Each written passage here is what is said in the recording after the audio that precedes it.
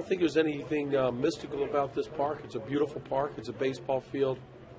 You have to get on there and bring the same things that you know are important to your winning, whether you're playing here or out in Anaheim or wherever we're playing. So, you need to go out there and play baseball. One of your coaches said he told some of the young guys, after the game, hang around a little bit, experience what this is, because no other stadium has this area, Wrigleyville, like we do.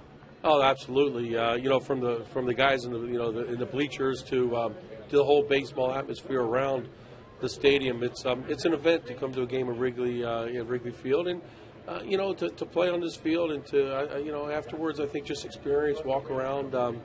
It'd be fun if we weren't baseball players to come and watch a game here or do something that you're out and about with the restaurants and the bars, and people are just. It's like it's almost like a big block party, so it's fun. Last one for you, your team. Tell us how they're playing right now and your strengths and your weaknesses. Well, we're playing better baseball in the last probably 15, 20 games. There are always things you're trying to get better at. Right now we're pitching much better, and that's important to us because we are a team really built on pitching. We're trying to get the offensive continuity where it needs to be. Some guys are starting to swing the bats a little bit better. Our bullpen, I think, has gotten to a part where they're more comfortable in holding leads. So we'll keep moving forward and keep playing. But we're you're never going to be a perfect team. We're playing much better right now, and I think there's a confidence in this club that we can reach our goals. Sounds like you brought a bunch of fans. One of your guys was telling me a lot of people plan their summer vacations around this. Oh, definitely. I think there's a lot of people that a lot of family members have come up to kind of experience Wrigley for some of the guys that have never been here before, and hopefully we'll play well and give them something to cheer about. Thank you for your time. Okay, you're welcome. All right, Angels manager Mike Scioscia. Let's go back up top to Len and Bob. Cap, thanks very much, and a little bit of an eye-opener for visiting players. Their first experience here at Wrigley Field. It is a long trip from the visitors' clubhouse through the tunnel, almost there, and into the dugout and on to Wrigley Field. Still not quite there. There you go. We're set for Cubs baseball. We'll talk about the starting pitchers when we come back.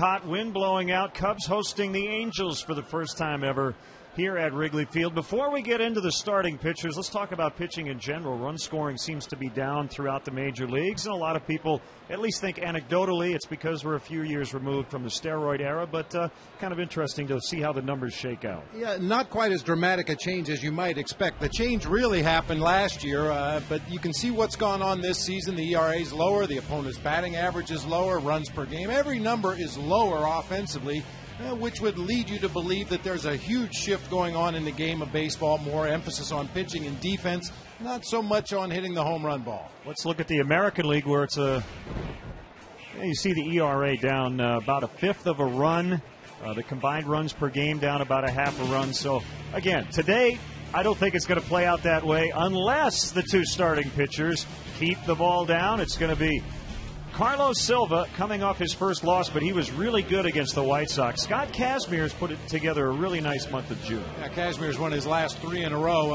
He was a guy that had a real good slider in the past. He hasn't had it consistently this year, but he's made up for it with a real good straight changeup. He's been tough on right-handed hitters. The Cubs are 6 under 500, 6.5 behind Cincinnati. The Angels 2.5 back of Texas. They're 37 and 32.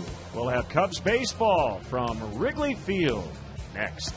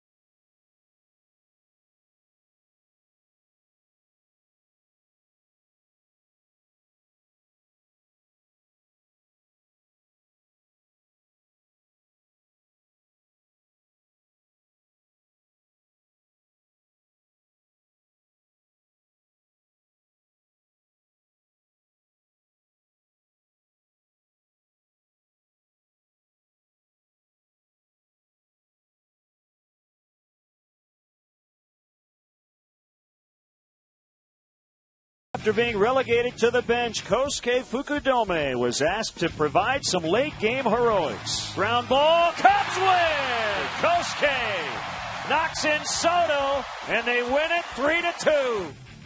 One of the biggest surprises of 2010, Carlos Silva looks to get back on track as interleague play continues. The Halos and Cubs next.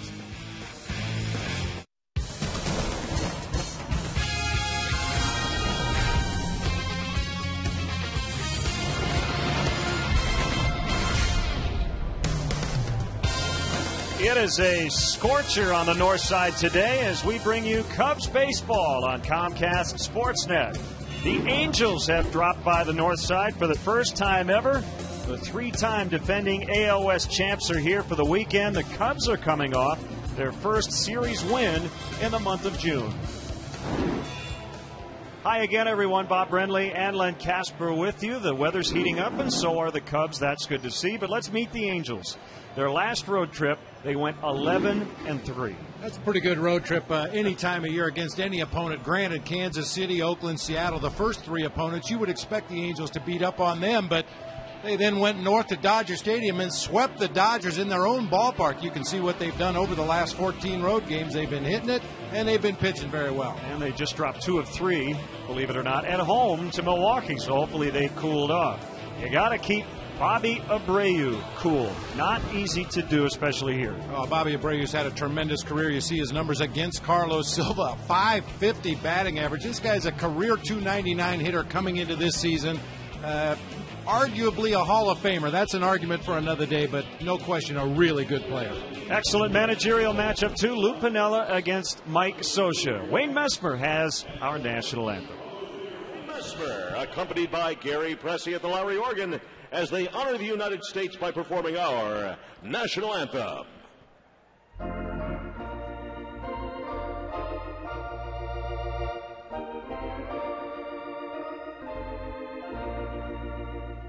Oh, say, can you see by the dawn's early light what so proudly we hailed at the twilight's last gleaming, whose broad stripes and bright stars through the perilous fight o'er the ramparts we watched were so gallantly streaming, and the rocket's red glare, the bombs bursting in air, gave proof through the night that our flag was still there. Oh, say does that star-spangled banner yet wave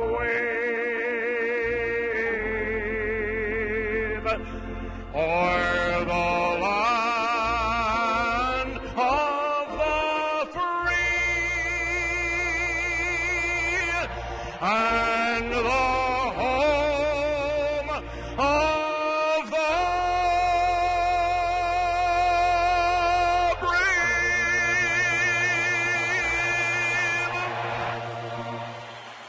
Cub fans starting their weekend early here in the friendly confines of Wrigley Field. It was a late-inning thrill ride yesterday. Cubs came out on top. They'll try to do that again today against the Angels. Coming up.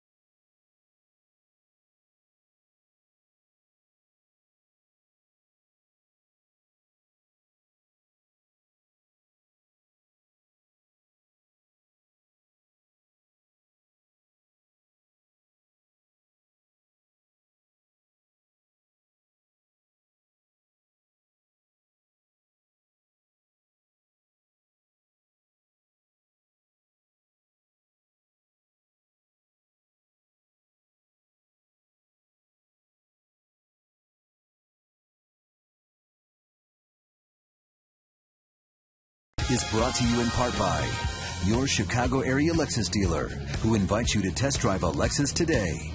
Blue Cross and Blue Shield of Illinois. Member-owned means our reason for being is your well-being. Experience wellness everywhere. AT&T. Rethink possible. And by Southwest Airlines. Visit southwest.com. Grab your bag. It's on. Today there are 500 fans in the ballpark who are here as part of the Les Turner ALS Foundation's 16th annual Lou Gehrig Day at Wrigley Field. They're doing their part to strike out ALS, or Lou Gehrig's disease, while also celebrating Lou Gehrig's birthday. Great to have them here.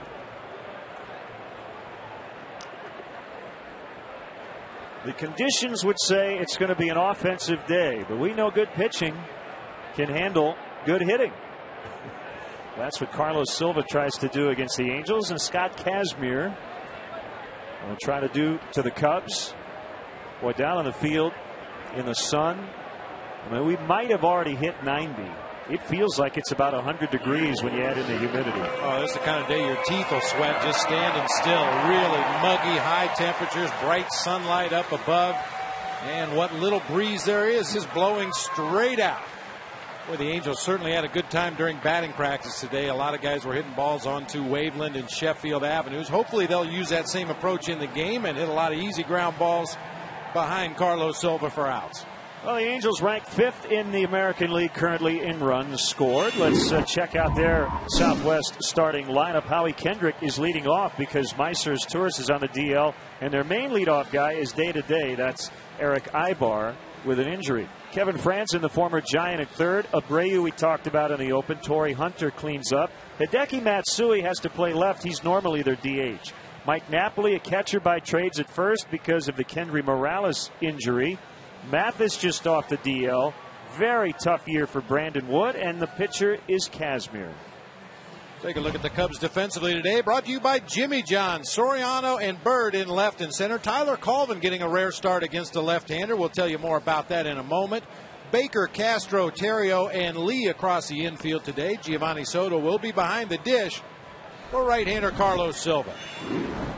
See his numbers for the season. You mentioned his last time out against the White Sox here at Wrigley. Went 7 innings, gave up only 7 hits and a couple of earned runs, but unfortunately left the game down 2-0.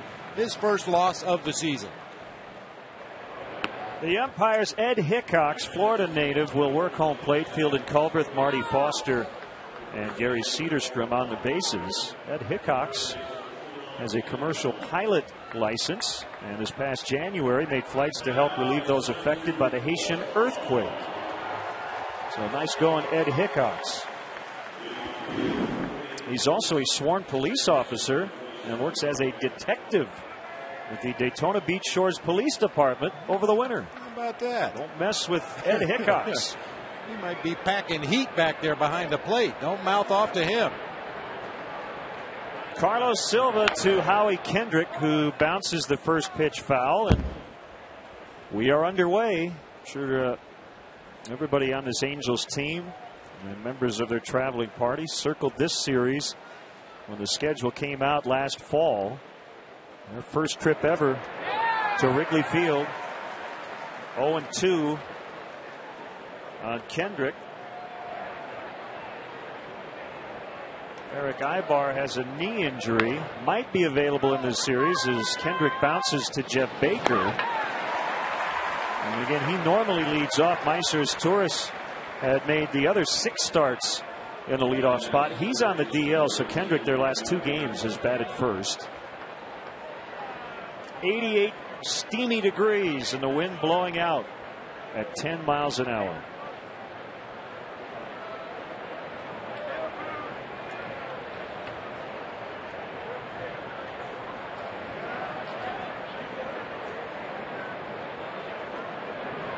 Kevin Franzen takes it outside, ball 1. You know, even though this Angels team has 4 guys on their roster with double digits in home runs, I don't think anybody would consider them a home run hitting team. Up the middle, backhanded by Terrio. Lots of time, off balance throw. Right on the money. You heard Dave Kaplan talking to the Angels skipper Mike Scioscia in our pregame show.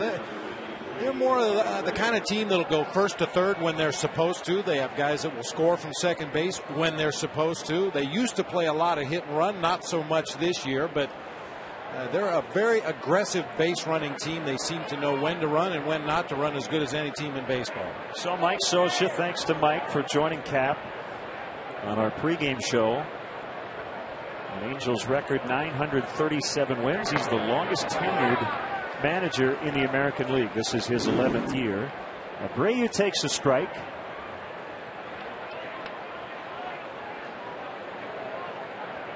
Angel fan finally got the peanut bag open. Maybe it's a Ziploc deal in Anaheim. Not the case here. Got to rip that baby open. Back in the weight room. Up the middle, Castro this time behind second. And Carlos Silva needed just 8 pitches to go 1, 2, 3 in the top of the first. The Cubs are coming up from Wrigley.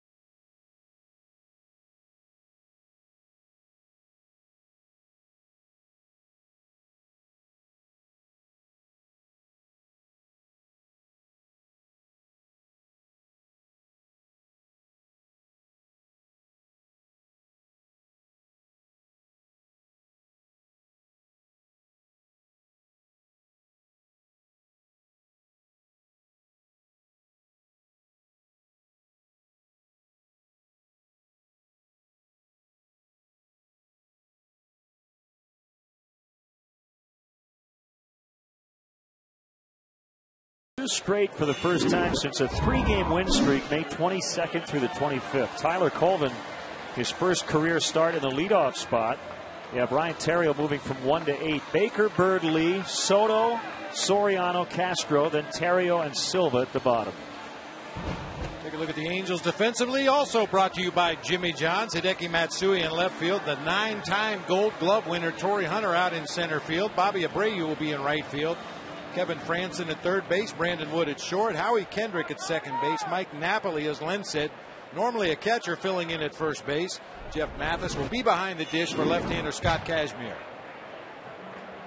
You see the split numbers at the bottom. Righties hitting .225, lefties .420 against Scott Kazmir. We're told that's because his slider has not been as consistent as it's been in the past. That's been a real good pitch for him against right-handed hitters. He doesn't have it this year. So Colvin in there, Nady available off the bench, and a 1-1 count on Tyler.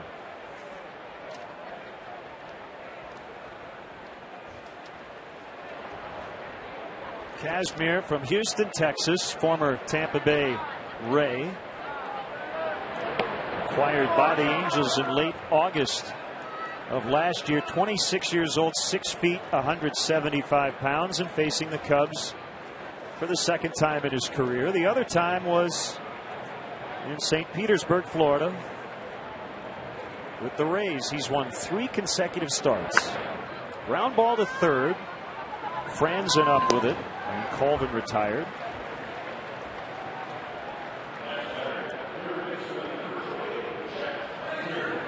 Kazmir basically a 3-pitch guy. Fastball, slider, changeup, and as I mentioned, because of his struggles with the slider this year, he's throwing a lot more straight changeups, which would lead to those good numbers against the right-handed hitters. Jeff Baker homered off a lefty, Dallas Braden, in the first inning yesterday.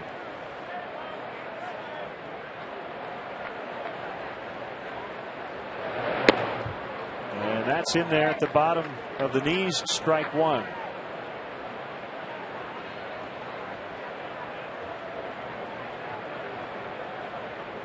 The Angels are now the final current American League franchise to make its first ever appearance at Wrigley Field.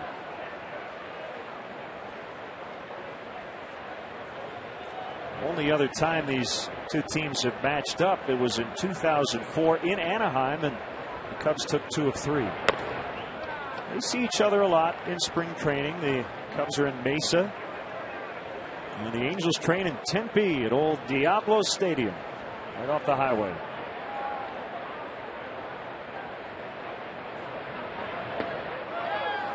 Swing and a miss, strike 3 for the second out.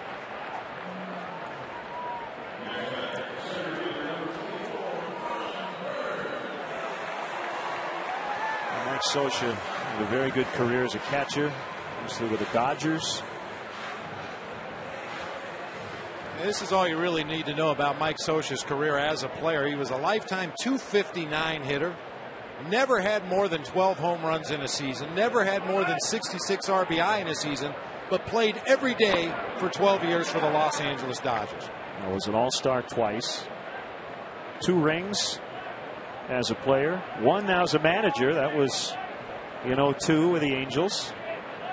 And a 1-0 count to Marlon Byrd. Fly ball to center. 9-time Gold Glover Torrey Hunter could have made that catch with his eyes closed. Maybe he did. Who knows? We'll go to the second. 0-0.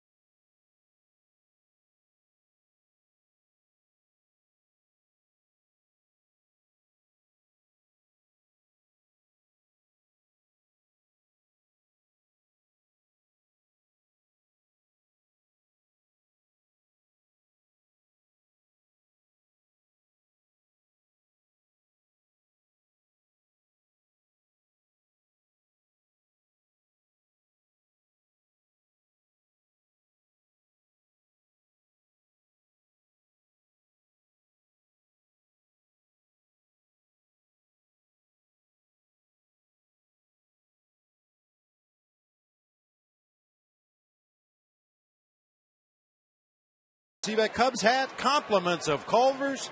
Get Culverized. We want to welcome our viewers watching on ESPN UK as the Cubs host the Angels. Cleanup man Torrey Hunter will lead off the second. The Angels without their top offensive player for the rest of the year. First baseman Kenry Morales was leading their team in average, home runs, and RBIs at the time of that bizarre injury. He jumped on home plate and broke his leg. High throw. Lee comes down in time to save Jeff Baker. So 4 ground ball outs already for Carlos Silva.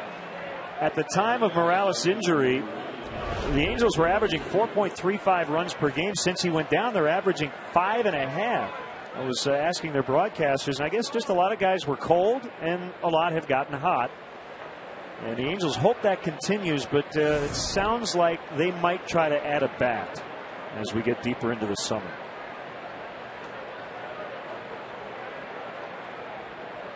You asked me before the game as Hideki Matsui takes a strike.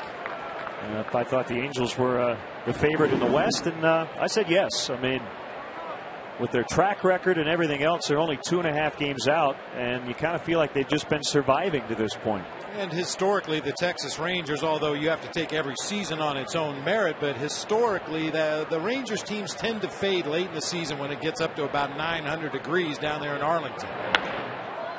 Golfed high in the air. Colvin with a play on it, still drifting, and he gets it. Well, one of the most bizarre plays you will ever see, and I think forever changes the walk-off celebration, as Kenry Morales, with a game-ending grand slam on May 29th against Seattle. Now watch this. Right there, the awkward landing. A broken lower left leg. Done for the year.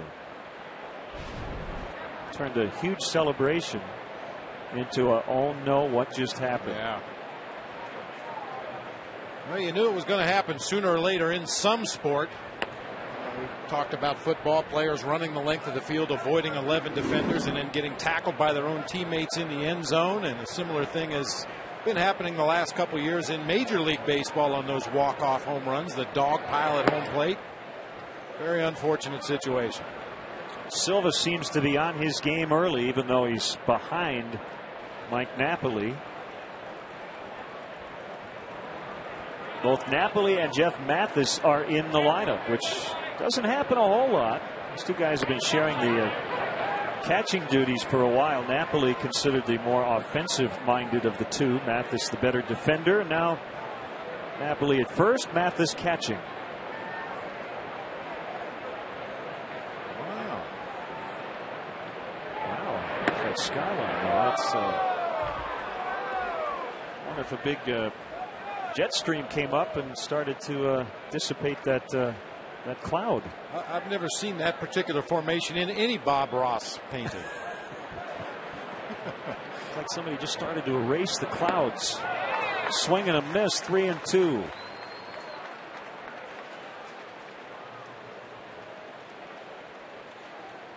It just adds to the beauty here at Wrigley Field today. A little steamy for those fans sitting in the sunlight, but very comfortable in the shade. Napoli fans, Silva has retired all 6. Bottom 2. We haven't seen a base runner yet.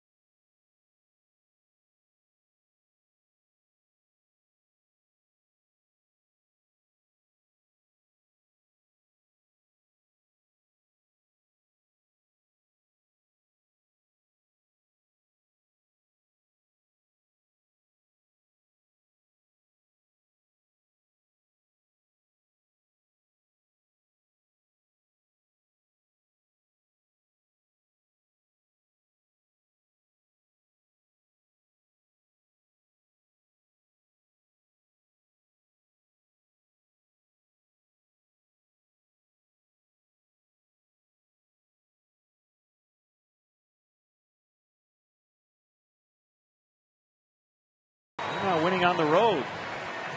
Manny Ramirez making his first return to Fenway since July of 08. Also, the White Sox will face Steven Strasburg tonight in D.C. And that'll be right here on Comcast Sportsnet at 6 o'clock. Mets are a half game back of the Braves in the East with their 7-game winning streak.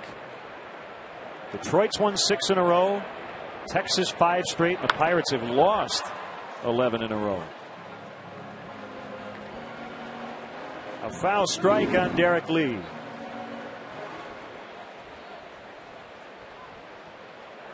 News regarding Aramis Ramirez. He is scheduled to head to Peoria for the weekend and play on Saturday and Sunday for the Chiefs as part of a minor league rehab assignment. And we could see him on this upcoming trip, and if needed, the Cubs could use him as the DH for part of this next trip to Seattle and to U.S. Cellular Field. 1-2.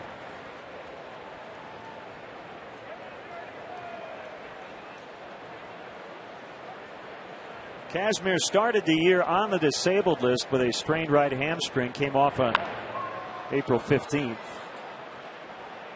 And is making his 13th start. Still 1-2.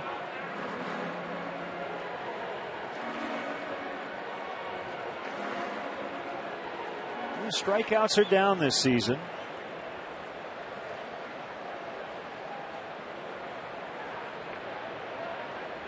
It's averaging about 3 fewer strikeouts per 9 innings. He's run up some high pitch counts in a relatively short amount of time in a lot of his starts this year. He's basically a 5 or 6 inning pitcher. Brandon Wood, again, normally plays third. He can play short. And that was close at first, but they got him. Boy, not by much. Derek Lee really busting down that first baseline. They got him by about a quarter of a step down there. Brandon Wood really took his time. From our high-speed shutter cam, you can see the ball just barely beat Derek Lee to first base on a routine grounder to short. Good hustle. Wood is known as a plus defender, and the way he has been hitting, he has to be good on defense. Your teammates tell you don't lose your glove when you're scuffling at the plate the way Wood has been. Hitting 156 coming into play today, but reported to be a good fielder, so his teammates are telling him don't lose that glove. Boy, Gio had a good day at the plate yesterday. A couple of singles and the key leadoff walk in the 9th inning. He scored the game-ending run.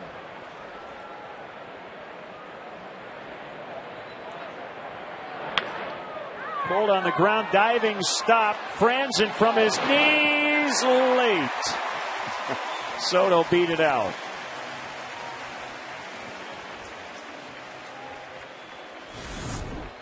From our Coors Light RoboCam, Giovanni Soto making a bid for a base hit into left field. Franzen with a nice diving stop, just couldn't find a grip on the baseball. You could see the 3-hopper across the diamond there. Franzen, a guy that normally plays up the middle defensively, but filling in at third base here as Brandon Wood had to move over to shortstop and just couldn't get enough on that throw.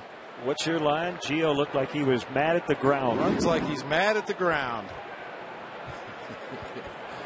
Running hard, just not running fast. Brings up Soriano, who looks at a fastball at 90 for a strike.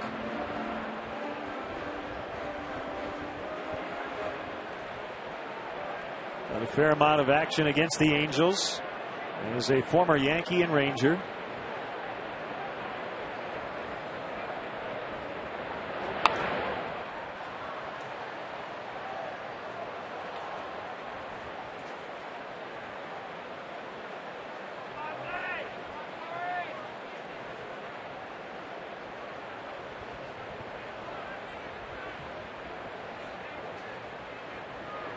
Two strikes on Soriano. Castro on deck. Able to hold up. Had some moving parts in this lineup. We've seen Castro in the 2 spot. We've seen him hit 8th. He's 7th today. We've seen Ryan Theriot in the top 2 spots. And he's hitting right in front of the pitcher.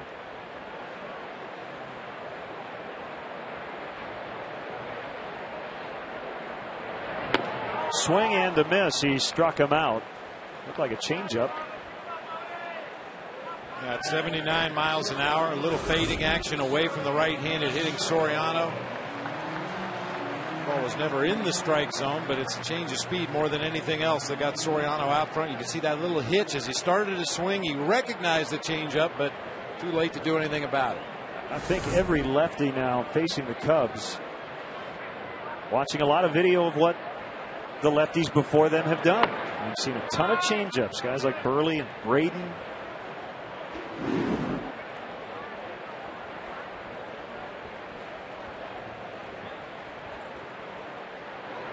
You look at the right-handed hitters in the Cubs lineup on a given day, and other than Marlon Byrd and Ryan Theriot, everybody is pretty much a pull hitter. Guys that tend to get out in front of home plate, try to drive the ball to their pull field with authority, and those are the guys that are going to be the most susceptible to the straight changeup. And for fans sitting at home wondering why that's the case, why would that be the case? Because a pull hitter is going to get out in front, right? Yeah, they're looking for something they can drive to their pull field. Alfonso Soriano, Derek Lee, Soto, right down the line. These guys are looking for something they can get the bat head out there in front of the plate, pull the ball with some authority until they get to 2 strikes. As I said, Marlon Byrd, Ryan Theriot, different cases. Byrd and Theriot will hit the ball all over the field, and in Theriot's case, he's a better opposite field hitter. So those are the 2 guys you would expect not to be affected as much by the Kashmir changeup. And the throw to first, Napoli playing essentially in front of the runner and backing into the bag as that throw comes over. And the Angels do a number of things that are maybe a little out of the ordinary as far as traditional baseball logic, and one of them is the way they hold runners on first base, especially runners who are not likely to steal. From that position, Napoli can take the throw, turn his back to the runner, and put the tag down near the base. Popped out of the mitt of Mathis. He's going to throw to second. He almost got it. Soto able to get in.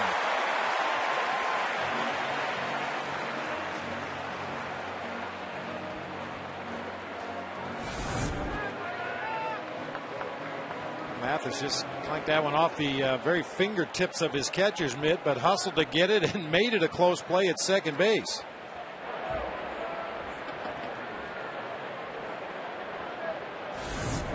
I would assume that's a pass ball, but we haven't heard a call yet. 3-1 on Castro. Make it 3-2. That swing by Castro was designed to pull the ball toward left center or left field on a 3-1 count. That's what you want hitters to do. Be aggressive, get a ball you think you can drive hard. Unfortunately, came up empty that time. Might see a changeup now, 3-2.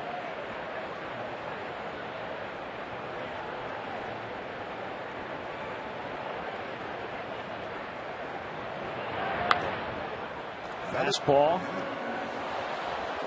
We'll do it again.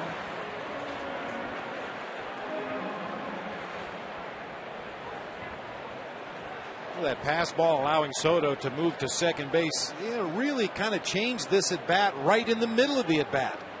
Kashmir has a base open at first base now. He can pitch Starlin Castro a little differently than maybe he would have. Got a runner in scoring position. That'll definitely change the pitch sequence, and he did miss away that time with a changeup to walk Castro.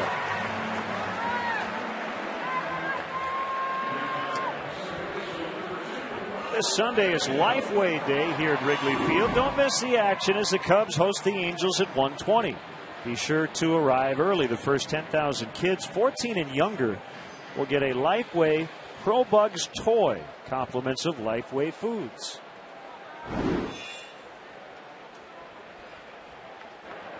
Ryan Theriot had a quiet series against Oakland, 1 out of 13. He sprays it foul.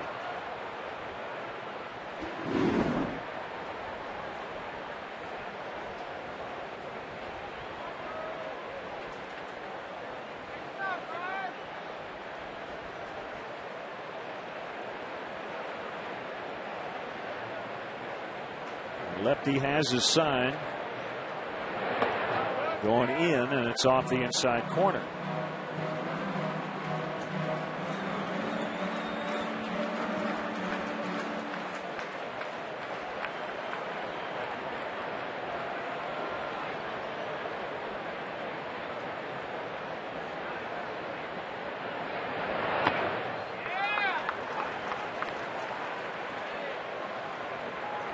Pitcher Silva's on deck.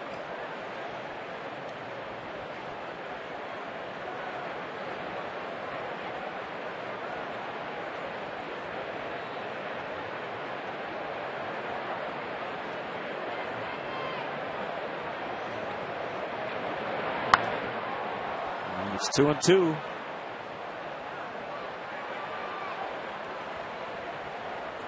It's that Ryan Theriot inside out swing. Talked about him hitting the ball the opposite way just a moment ago. The two balls that he's gotten a bat on in this sequence, two fastballs, both fouled well up into the bleachers on the right field side.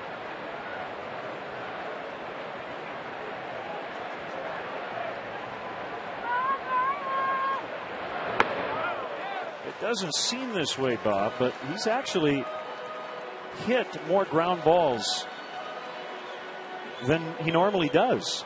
Seems like he's hit a lot of fly balls this season, but he's actually keeping the ball on the ground for the most part. Teams try to get him to hit it in the air. 3-2 of the runners going. Off to the right. We often see the exaggerated infield shift against some of the big power hitting lefties in baseball. I wonder if a team would ever put on an opposite field shift like that against Theriot. Maybe in the outfield. In the outfield, we usually see the center fielder over a few steps into right center, and the right fielder shallow and over toward the line a little bit. And he pops it into right. Bobby Abreu has played here quite a bit. And that's the third out. They leave two. Infield hit, a pass ball, and a walk. No runs. Nothing after two.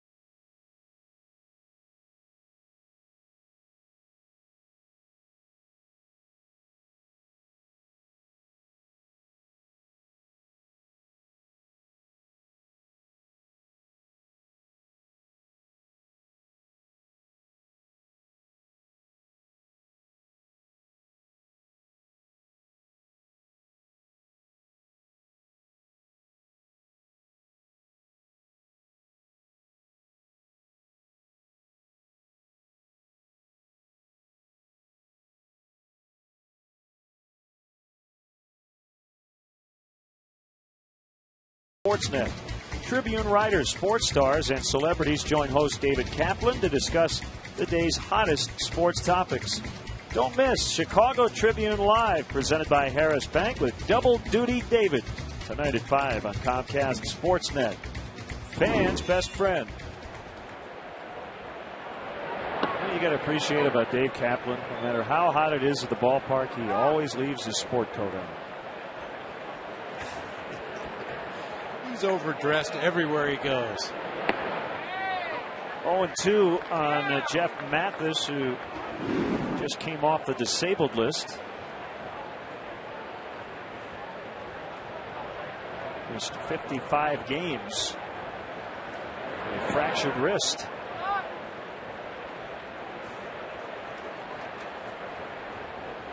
It was the right wrist, and then his return was delayed a bit because of an injured right thumb. Well, blocking a pitch in the dirt on his minor league rehab assignment.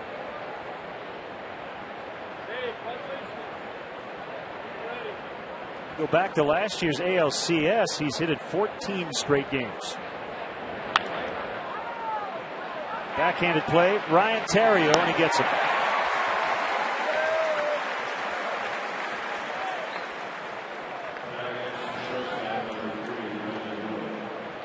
One thing you know as an infielder, with Carlos Silva on the mound, you are going to be busy. You're going to get a lot of ground balls. Make sure you get your legs good and loose. Take a lot of ground balls before the game so you're prepared, because when Carlos is on top of his game, those opposing hitters just keep pounding that ball into the dirt in front of home plate. Now Brandon Wood, who has been waiting for his opportunity for a long time, finally got it this year. Sean Figgins left via free agency. And Castro spinning, throwing, and he throws it by Derek. Hits the barrier, and that should be a hit for Wood. Their first hit, and he badly needed it. He just came back from the DL on Tuesday, and he hit under 200 at AAA during his rehab. Hey, a range check here for Starlin Castro. Goes way up the middle of the field, tries to spin and throw all in one motion. Got by D. Lee, but fortunately Soto there to back it up as the throw hit the facing of the dugout on the first base side. Scott Kazmir limited duty without a sac bunt in his career. And Soto will throw to first. There's number one for the Angels pitcher. That goes 2-4.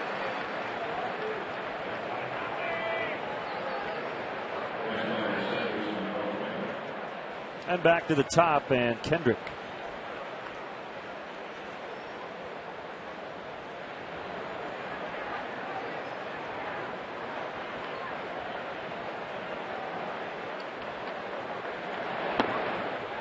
Inside, ball one. Kendrick grounded out to start the game.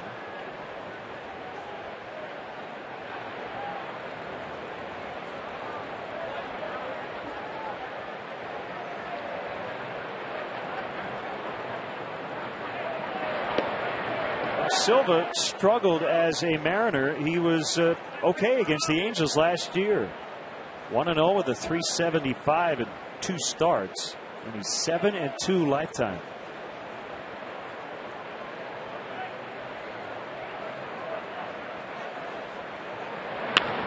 Ground ball, Baker picks it up. And they get out of the inning. First hit of the day for the Angels, but Wood stranded in scoring position. Still scoreless. Bottom 3 coming up.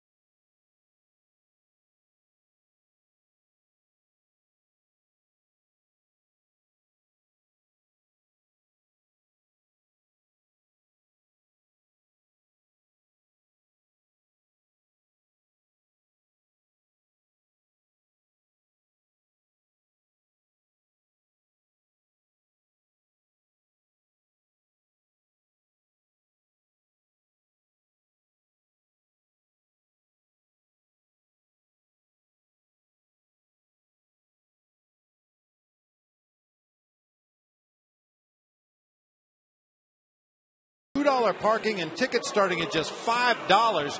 Fans can get a major league feel for minor league prices. Don't miss the excitement with the famous chicken and fun prizes throughout the game. Order your tickets today by calling 1-800-THE-CUBS or visiting Cubs.com. Always a big day for the Peoria Chiefs when they get an opportunity to come here and play at Wrigley Field. I know their president, Rocky Vanak, and their GM, Ralph Converse, very excited about making a return trip here to Wrigley. And they're managed this year by former Cub catcher Casey Kapitsky, so all the more reason to come out and check it out. Home run swing by Carlos Silva came up empty. Each team with one hit and no runs.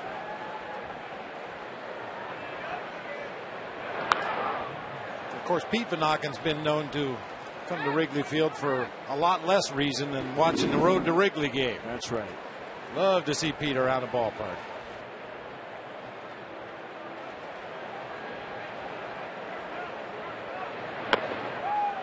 Swing and a miss, strike 3. Let's look in on the Cubs minor league report. Got some hitting streaks. AAA Brian LaHare, we saw him at spring training. Second baseman Tony Thomas at AA Tennessee, and Rebel Ridling at Daytona with a 10-gamer.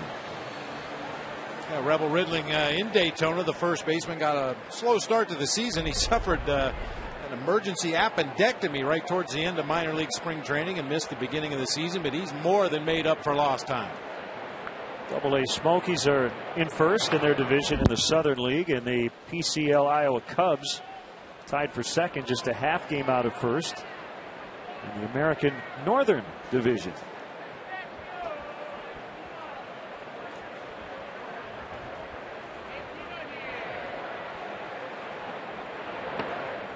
Inside to Colvin.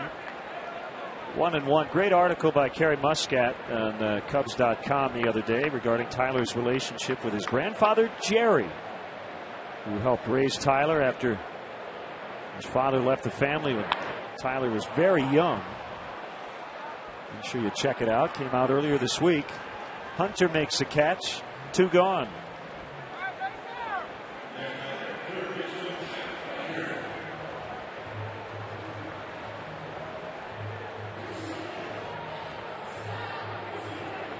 The Clemson guys at the top of the order, Colvin and Baker. Well, we tried everything else. Pair them up based on the college you attended. That's a new one.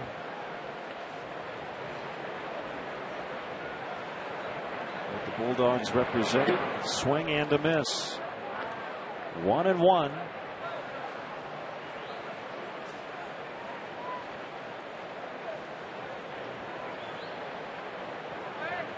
Kazmir was taken out of high school in Houston, Texas. The first round by the Mets in 2002. He was a high school player of the year in 2002, according to Baseball America. 175 strikeouts in 75 innings for Cypress Falls High. That kicks off the mound and into center. Baker's aboard.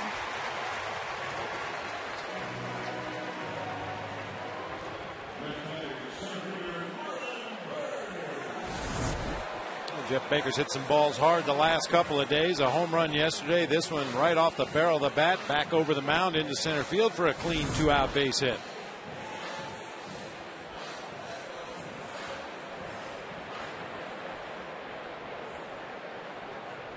You see those glasses Marlon Byrd is wearing with kind of the orangish yellow tinted lenses in them. I asked him about those glasses. They're high resolution glasses similar to professional marksmen. Shooters wear similar glasses to really get the definition of the target that they're aiming at. And Marlon said he experimented with some different sunglasses, but these give him the best view of the pitch. He doesn't have to squint at the plate. He found himself squinting.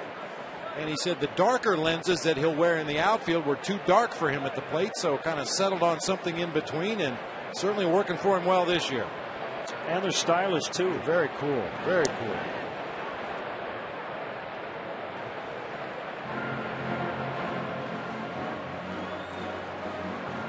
Well, especially here at Wrigley Field, and we were talking about this as well. We get these partly cloudy days where there'll be bright sunshine for one at bat, or even for a couple of pitches in an at-bat, and then the clouds will move in front of the sun, and it suddenly becomes very dark. And when you're wearing dark sunglasses, it's hard to make that adjustment. But this particular color of lens that he's using, he says he's not really affected by overcast or bright sunlight. He feels like he can see the pitch equally well. And he's hit equally well on the road and at home.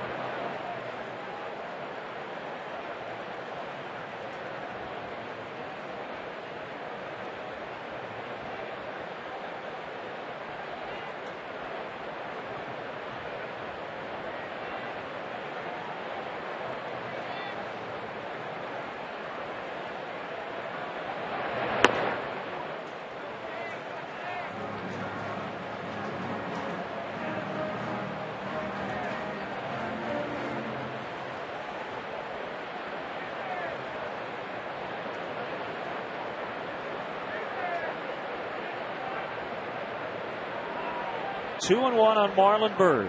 Baker the runner at first. A fly ball to deep center. Torrey Hunter back.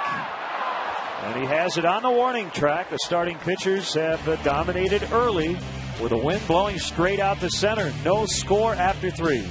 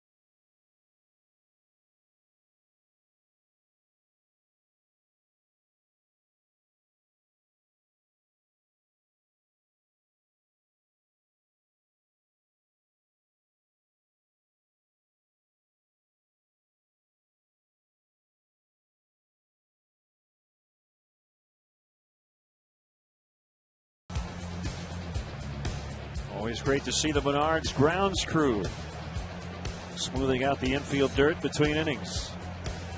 Franzen Abreu Hunter for the Angels against Carlos Silva, who began his Cubs career at 8-0. Suffered a tough loss in his last start against the White Sox. He gave up just 2 runs in 7 innings and a 2-1 defeat on Saturday. Career high 123 pitches in that contest, but Mark Burley was a little better. 0-2 on Franzen.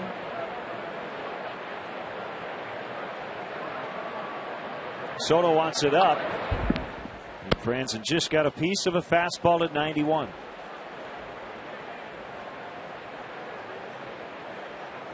Big day today, Len, for Brendan Dillman. He's celebrating his first birthday and his first Cubs game on the same day. He's here with his parents, Tim and Nicole, and Grandma Linda. All right. Congratulations to Brendan. Happy birthday. Second strikeout for Silva. Time for AT&T Trivia. Can you name the original home ballpark of the Los Angeles Angels in 1961? They currently play at Angel Stadium, which opened as Anaheim Stadium back in 1966. They played at a couple of other places before they moved into what has been commonly known as the Big A. And they did start as the LA Angels. Then they were the California Angels. That's struck well by Abreu. Marlon Byrd leaps, can't get it. He will pick it up and keep Abreu to a double. That ball was smoked. Bobby Abreu with a double. And that's been said over 500 times in his Major League career. He got number 500 earlier this month. Yeah, Byrd gives it a great effort out there. That ball was hit extremely hard by Bobby Abreu, just over the outstretched glove. Another thing you love about Marlon Byrd, watch how quickly he recovers. Misses the ball, goes down, but immediately gets to his feet and hustles it back in, making sure Abreu doesn't have any thoughts about going for 3. 500 first double. Little flare, and Castro can't get it. And again, the only good news is Abreu wasn't sure about that ball getting over the shortstop, so he had to wait. So first and third with 1 out.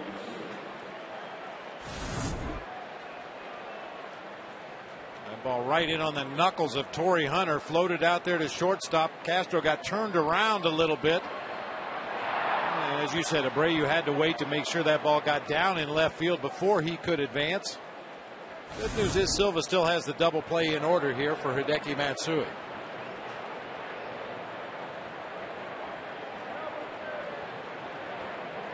Solid April for Matsui in his first year with the Angels. Had an awful May and has been really good here in June. He was the World Series MVP for the Yankees last year.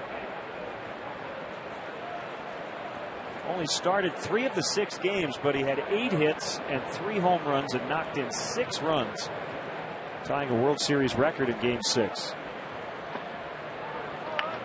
Fastball missing outside, ball 1.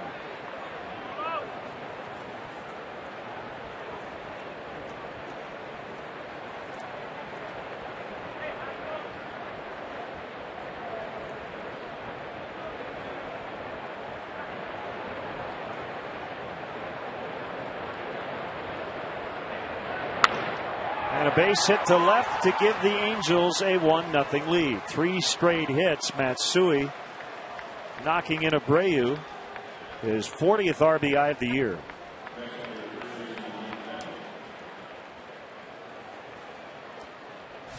Very controlled swing by Matsui, a guy that has big time pull power. That ball's actually off the plate away, cued it off the end of the bat, but finds grass out there in left field to drive home the first run of the game.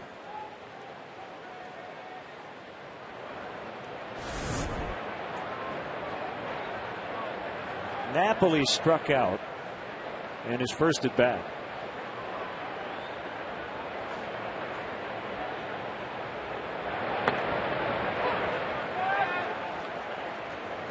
Occasionally after he gives this sign to the pitcher Carlos Silva, you'll see Giovanni Soto put his mitt behind a right-handed runner and kind of flap his glove a couple times, a right-handed hitter rather.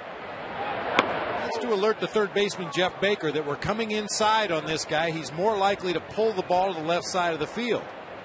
He probably does the same thing on off-speed pitches, which are more likely to be hit to the left side of the infield.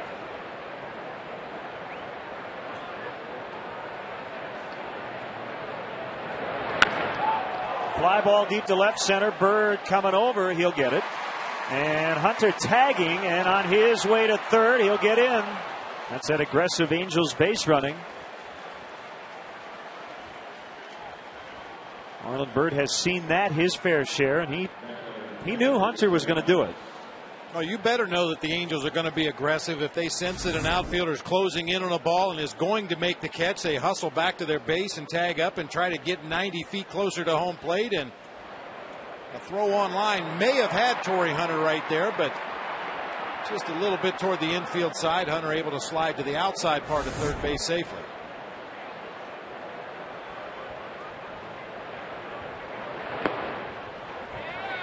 Strike 1 on Mathis.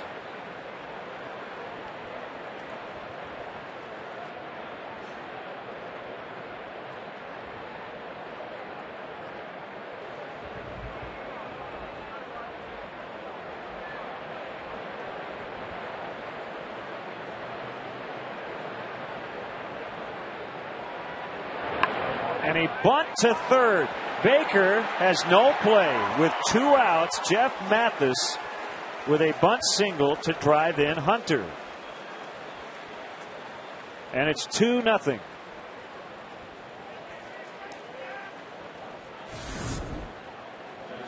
Just an alert play by the Angels catcher. He looked up and saw Jeff Baker playing about 5 or 6 steps behind the bag at third. It didn't even have to be a perfect bunt. Got out into the thick infield grass and died, allowing Torrey Hunter to trot home with the second run of the game. Castro with the leaping catch to retire Brandon Wood. He started to square up Silva here in the fourth. 4 hits and 2 runs to get the lead.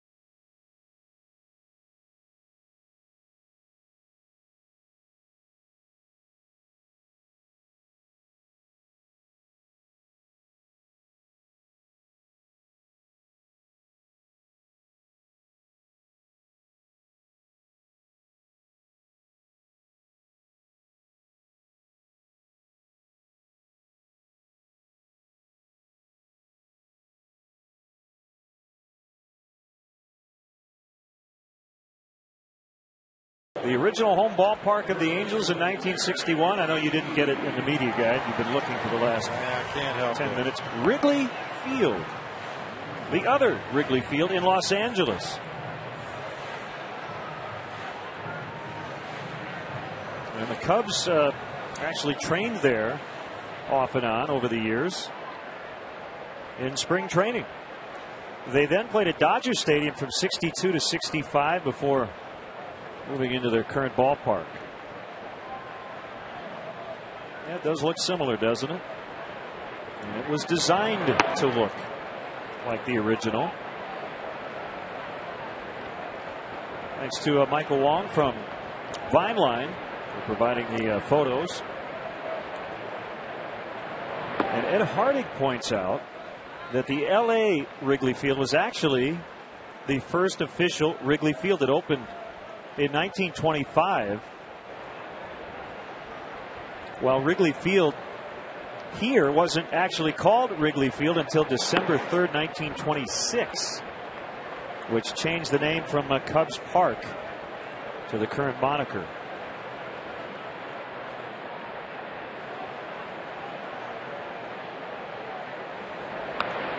And Bob, do you remember Home Run Derby? Sure. A lot of episodes were recorded at Wrigley Field in Los Angeles. It was an empty ballpark, right? Yeah, they usually filmed it during the off season or shortly before or after the regular season. And if you do go to LA and you want to find it, it's not around anymore. It was demolished in 1966, but its memory lives forever.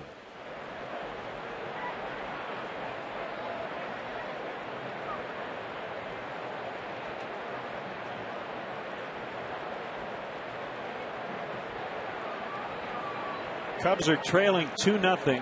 A 2-2 count on Derek Lee. A fly ball to right. Well hit. Back near the wall and gone into the basket.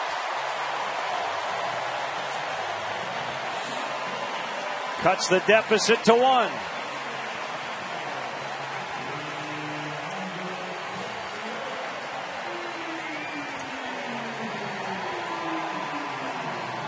You could say wind aided, but actually the wind just died down. Yeah, as this inning started, the wind seemed to stop almost completely.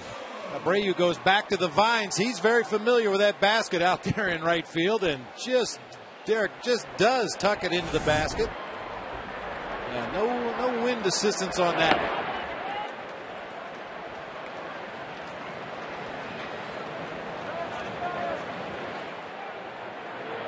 The 1-0 to Soto is in there, 1-1.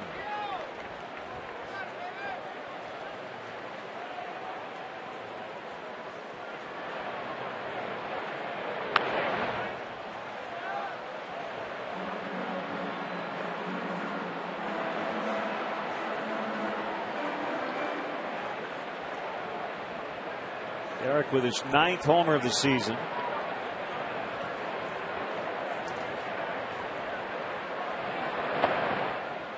And the 302nd of his career. 10th home run of the season against Scott Kashmir. That now makes all 5 of their starting pitchers in the rotation have given up at least 10 this season.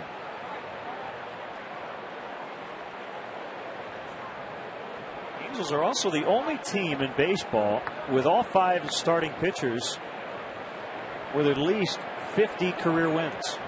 And 3 of those guys are homegrown. Jared Weaver, Urban Santana, and Joe Saunders. We'll see Weaver and Saunders later in this series. A roller to Franzen, and looks it in before throwing across to Napoli.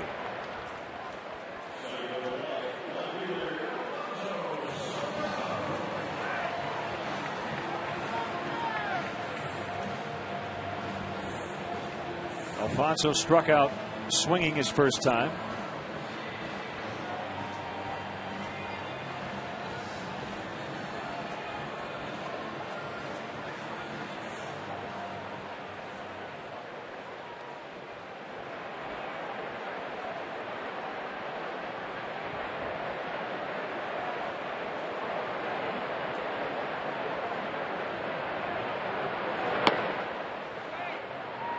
Just missed. 1 ball, no strikes.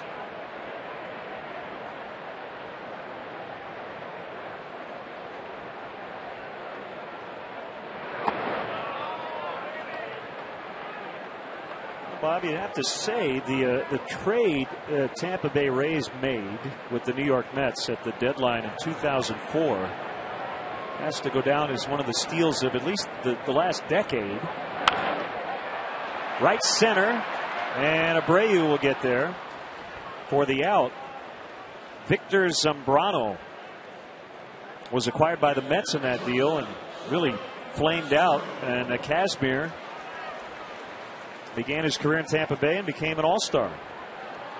You get a good look from inside the scoreboard.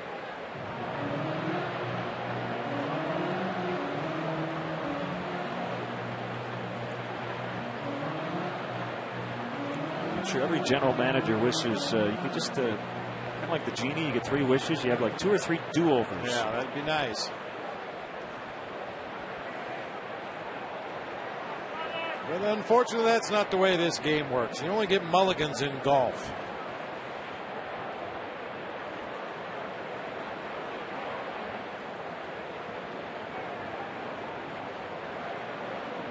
Big swing by Castro.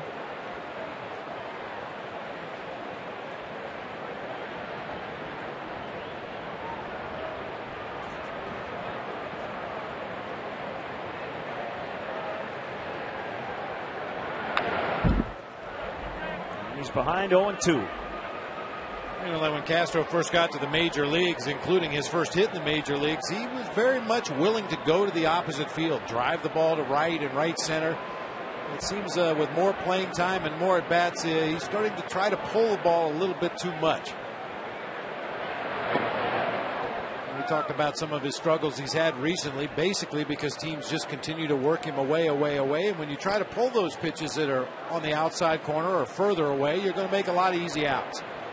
He needs to get back to driving some balls the opposite field. That'll keep the opposing pitcher honest, and he will get pitches that he can pull hard.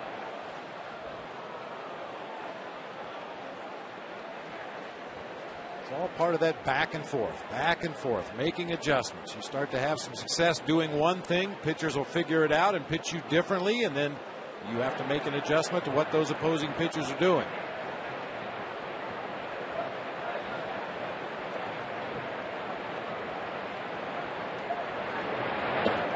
Going with the Mel Hall look, even though that's not a batting glove in his pocket, that's his pocket hanging out of his pocket.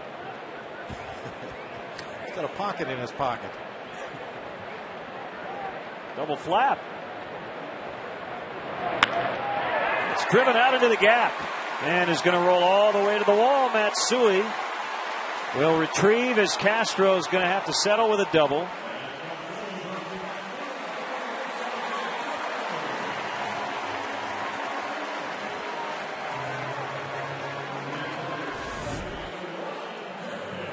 Pitch up over the plate. That time Castro able to reach out there and get the barrel of the bat on it. And we saw Tyler Colvin do this the other day on a double. Starlin Castro the same way.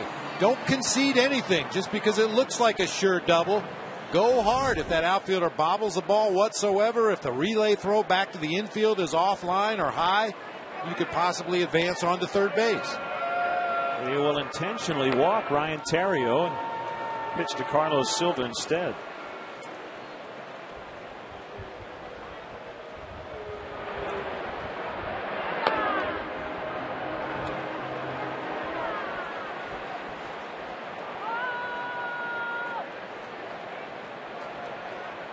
Here's ball 2. Ball 3.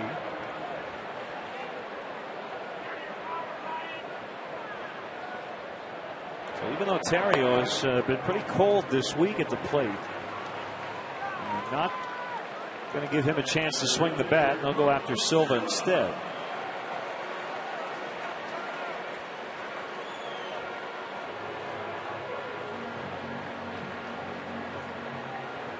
Well, at some point this season, we're going to see Carlos Silva hit a long home run. I don't know when it's going to be. I don't know who it's going to be against. But he takes a home run swing just about every at bat. And somewhere down the line, he's going to catch one right on the butt.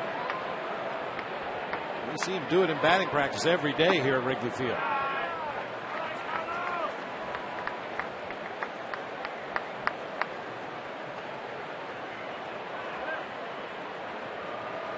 Big Z has 20 of them.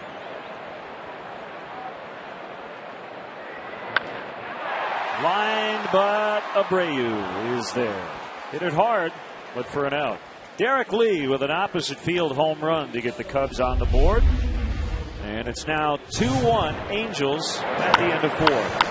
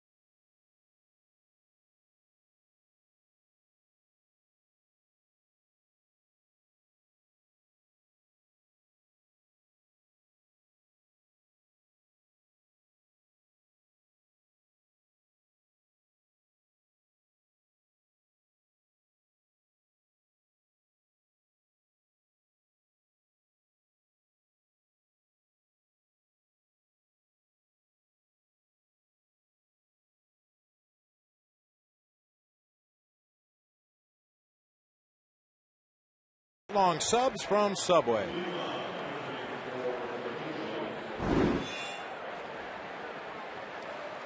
Cal Case of Clinton, Illinois, celebrating birthday number 9 and watching the Cubs here at Wrigley for the first time. Great to have Cal here. Play catch in the outfield, run the bases, or relax in the dugouts of Wrigley Field next Saturday, June 26th. Limited tickets are available for $150 each and include a t-shirt, photograph, baseball, and lunch. All proceeds benefit Chicago Cubs charities. To purchase tickets, visit Cubs.com. Each team with runs in the fourth. The Angels got 2. The Cubs scored once.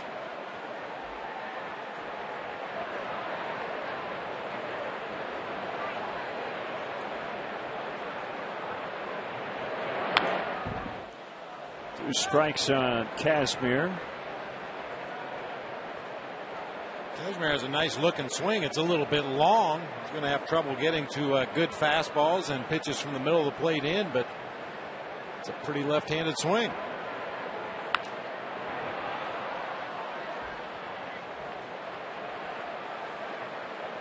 You never hear anybody say about a right-handed hitter, "Boy, that's a pretty swing."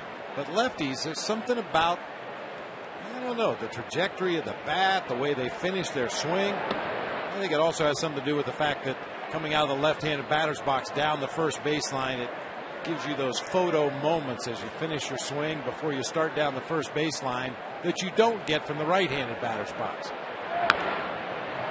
Yeah, I would have to say one of the favorite swings of mine was Ken Griffey Jr. I always liked watching that majestic home run swing from the left side. We won't see it in Seattle next week. He retired a few weeks ago. Well, pitchers around baseball would say they'd seen enough of Ken Griffey Jr.'s swing. Strikeout to start the 5th.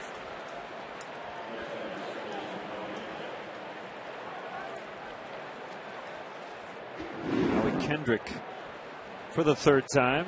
Are you ready for the super fans later? Sure. Bob Swirsky and Carl Wolarski are going to handle the 7th inning stretch before they head on over to Mike Ditka's. Have some beers.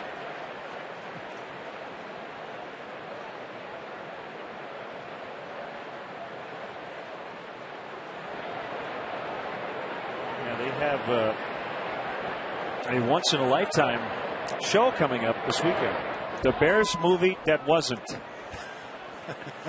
A one-time only reading from the unproduced Superfans movie script.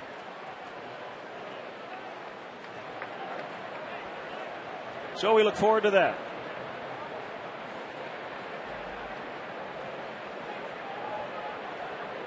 I'm also told George Wendt and Robert Smigel are in the house, but we'll talk to the super fans. Yeah. Little tapper, and it's fair, and Gio deciding to pick it up because he had a relatively routine play to get Kendrick.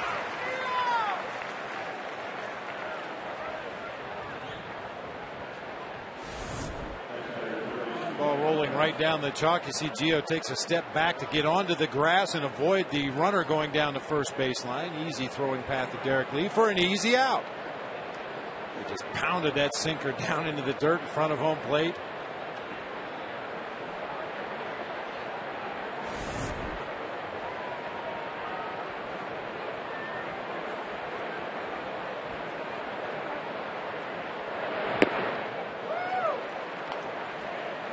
One on Franzen.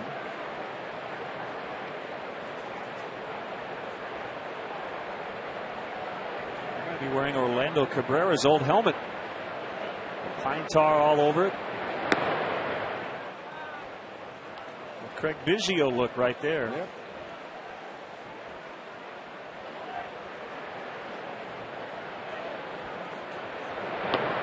And he tried to bunt and missed it. 1-2.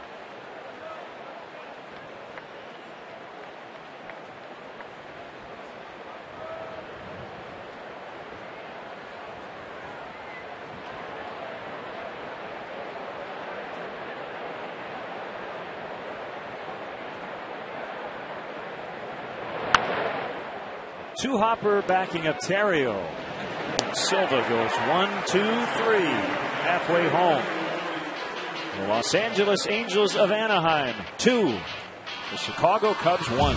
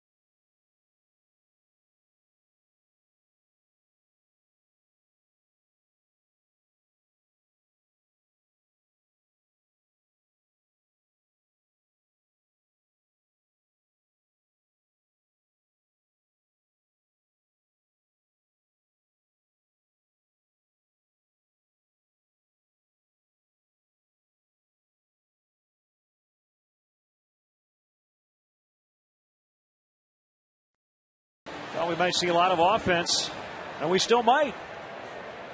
But after 4.5, only 3 runs. And only a few hard hit balls to the outfield, including Derek Lee's solo home run to right field. A couple of balls to straightaway center. Marlon Byrd has hit hard, but a lot of ground balls so far in this game.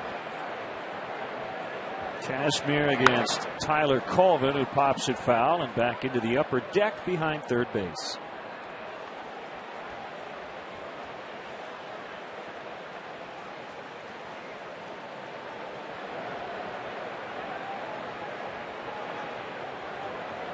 The 2-error inning he had the other night. And Abreu's not going to get this one before it lands safely. The first 2 errors of Colvin's career. One was a little slip as the ball got by him, and the other one wasn't helped by Starlin Castro on a throw from the wall.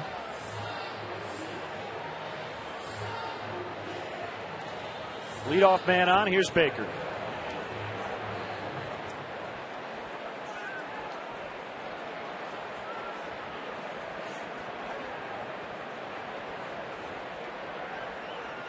Jeff 9 for his last 23. And he's been in there almost exclusively against lefties here lately.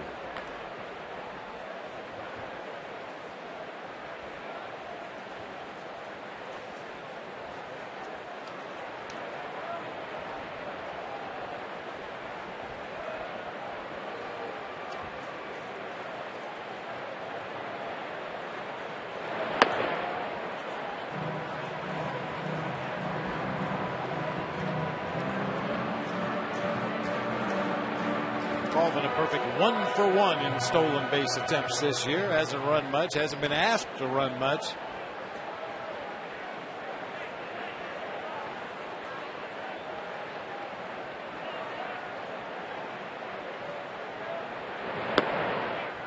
Outside, 2-1.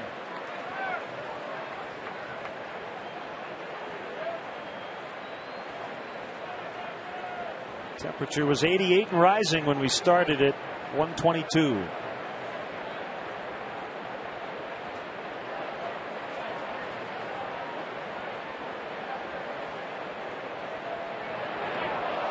And that hit him, just grazed him. That one really got away from Kashmir. 2 on, no outs.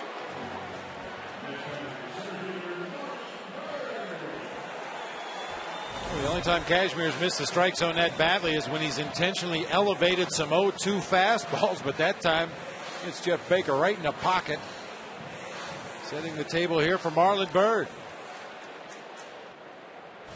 If you got to get hit with a pitch, that's the place to get hit.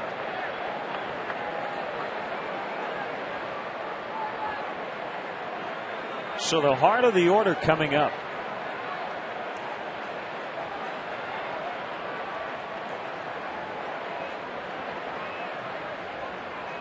And Byrd bunts, a hard bunt, and the throw goes to second to get Baker. So that'll be a fielder's choice. First and third, 1 out.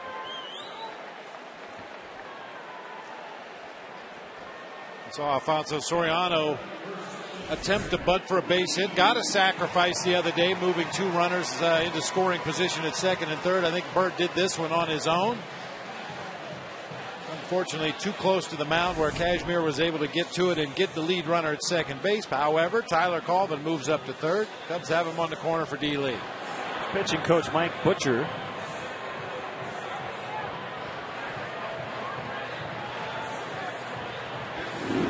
Pretty big shoes to fill, wouldn't you say, for Mike Butcher? Bud Black was a pitching coach under Mike Scioscia before becoming the Padre manager. I think there's some complaint about the mound out there. Mike Butcher called home plate umpire Ed Hickox out to join the conversation. It looks like they're going to ask for the grounds crew to come out and do some repair work on the mound.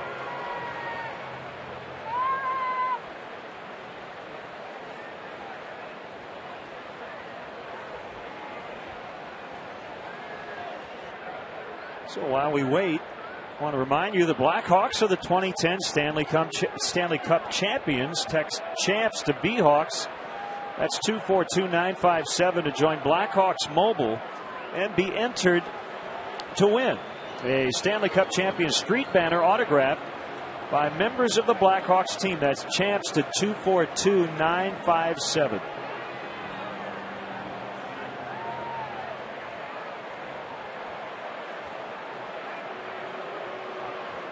Kind of reminds you of Steven Strasburg in Cleveland the other day. The Phenom was having issues with the mound.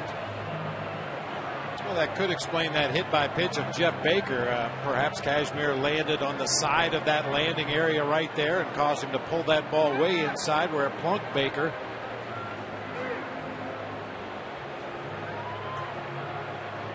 It's like going to the barbershop just for a little trim. Just take a little bit off. Just touch it up a little bit. And normally the grounds crew would manicure the entire mound area, including the area directly in front of the rubber. Also those landing areas out front where the pitchers come down as they deliver the pitch to home plate. This time just touching up the hole out front. And we want to thank the grounds crew. On hot days like this, they usually send up towels just like that after they handle the mound area. We end up with a little dirt down our backs, but feels good. That's all right. Nice cool towel covered with clay and diamond dry and everything else that's out there on the mound. Bubble gum.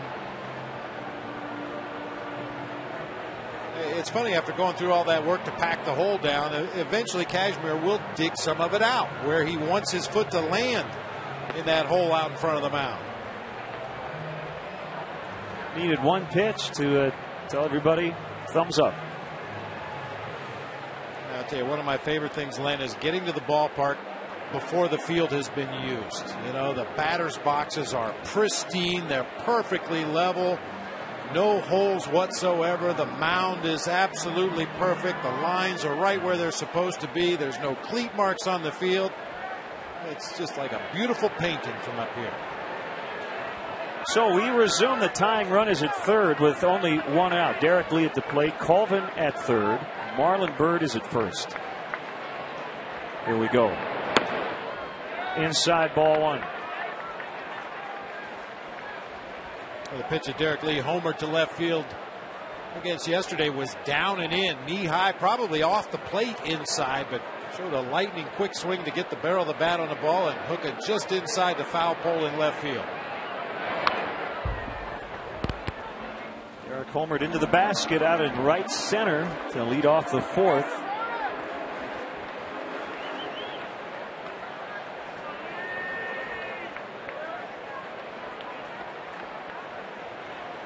And Torrey Hunter is shading Derek toward the right center field gap. He's directly in front of the 400 sign. Outside. Kazmir still seems to be struggling with that landing spot.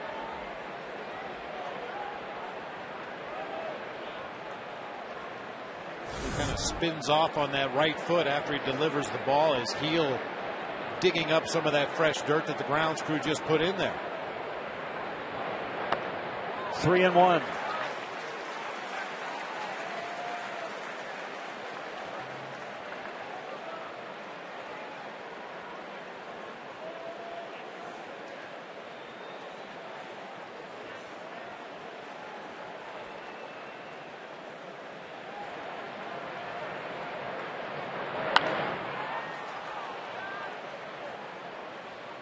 And now full 3-2.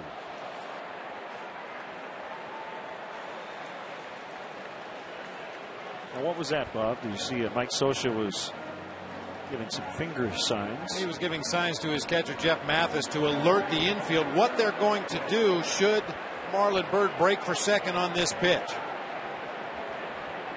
You could throw straight through to second base and try to throw him out.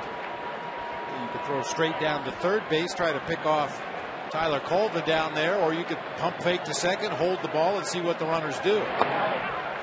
All four to load them up.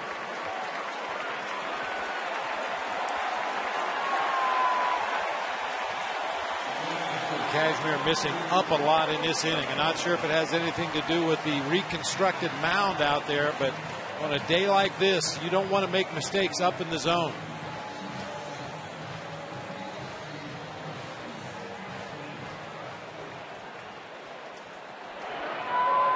So a big spot for the Cubs catcher. 3 on, 1 out, trailing 2-1 in the fifth.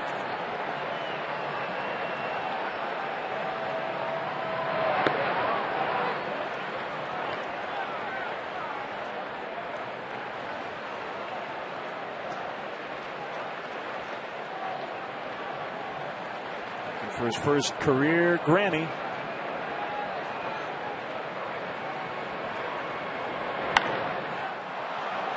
Abreu trying to get behind the ball. Coleman tagging.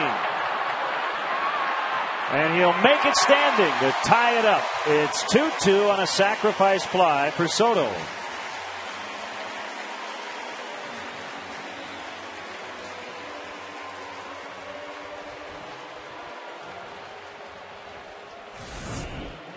Just was deep enough that Bobby Abreu, as you said, wasn't able to get behind it as much as he wanted to get momentum. You can see him trying to get back behind the baseball, but ultimately has to reach up high over his head to make the catch. Couldn't get very much on the throw, and the Cubs tie it up.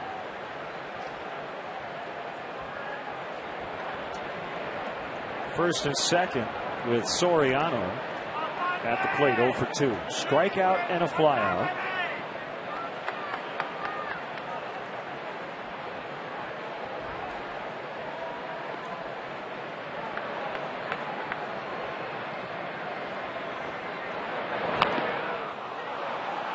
Kazmir will spin and get the out at first. They leave 2, but they get the tying run. A single, a hit batter, a walk, sac fly.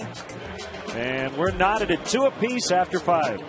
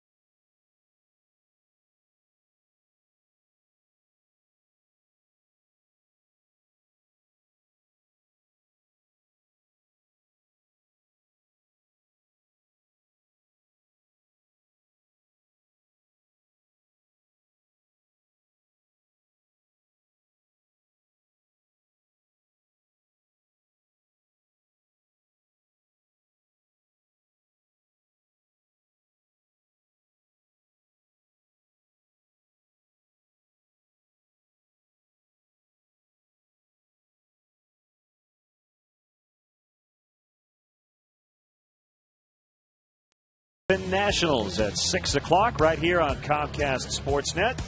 Fans' best friend.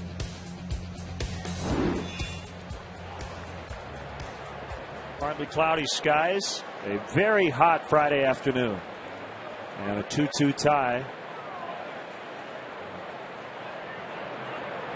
Pretty tough part of the order, and largely responsible for the 2 runs the Angels got in the 4th inning. Abreu, Hunter, and Matsui with 3 straight 1-out hits.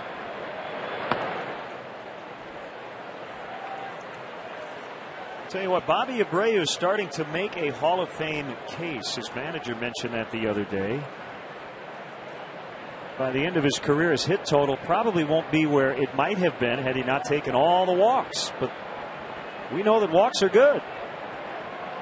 And he is one of 4 players all time with 500 doubles, 250 homers, and 350 stolen bases. Barry Bonds, Ricky Henderson, and Craig Biggio, the other players on that exclusive list.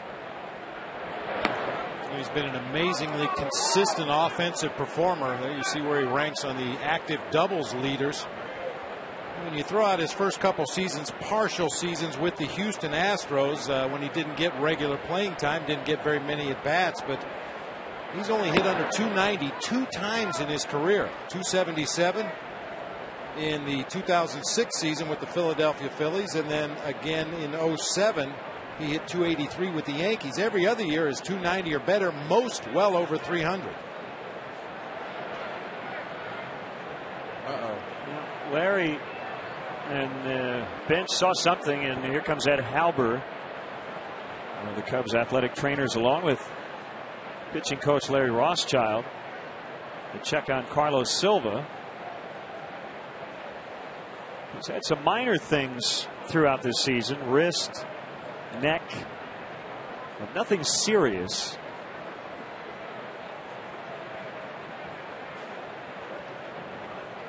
Looks like he's trying to convince them both that he's going to be okay. Doesn't look like he's going to throw any extra warm-up pitches here.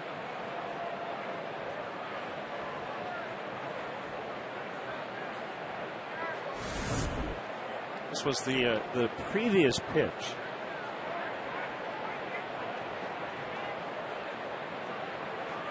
Just like kind of an awkward landing. It's probably that landing hole that Cashmere had fixed. Carlos had it just the way he wanted it. 3-2. There's the finish up on Abreu. He's one of 5 players ever to have 12 or more consecutive 150 game seasons. So he doesn't get hurt and he doesn't sit out.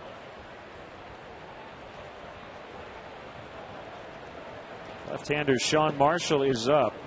Right-hander Francisco Rodriguez, not K-Rod, but a different Francisco Rodriguez, had just gotten up for the Angels when Kazmir was struggling in the bottom of the 5th. It's a hot day. Wouldn't be a surprise at all to see these 2 starters taken out here soon, even though they've been effective. Silva's been a lot more efficient. Swing and a miss. Strike 3. As he got him on a changeup.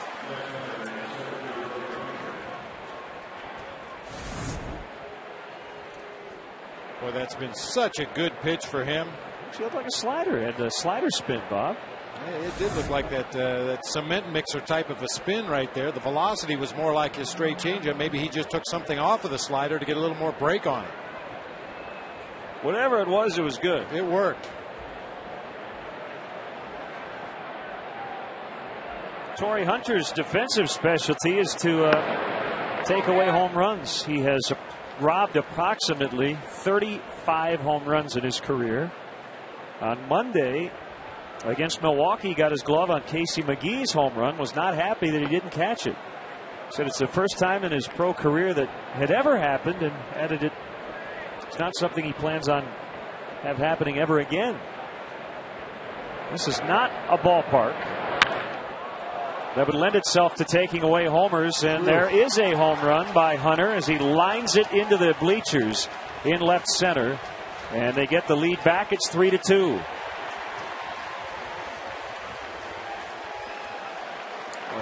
Laser. Just hoping that one wasn't high enough to get up above the basket in left center field. And inside part of the plate sinker, you see the big swing from Torrey Hunter with a high finish. That gets that backspin on the ball, down and through it. And that ball got up into the bleachers in a hurry. A lot of people try to catch home runs. It looked like the fans on that one were trying to get out of the way.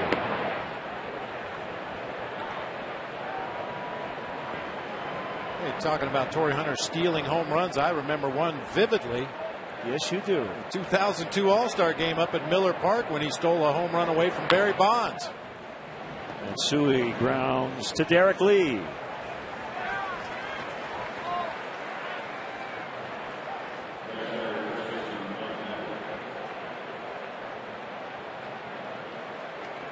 Well, he's been real good at what he does for a long time. And that's 9 straight for Torrey Hunter.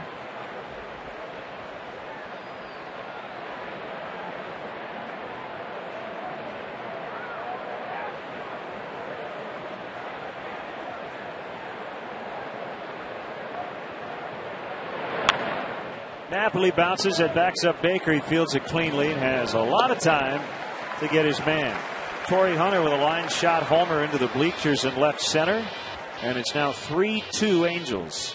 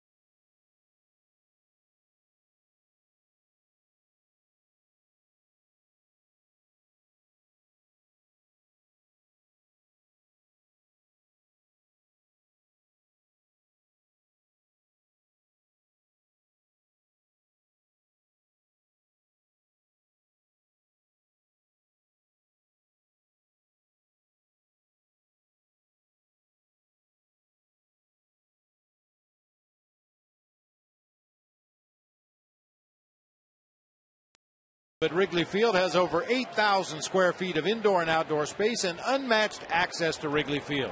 It's Wrigleyville's premier private party location. To book your party, call 773-404-4750. Outside to Castro.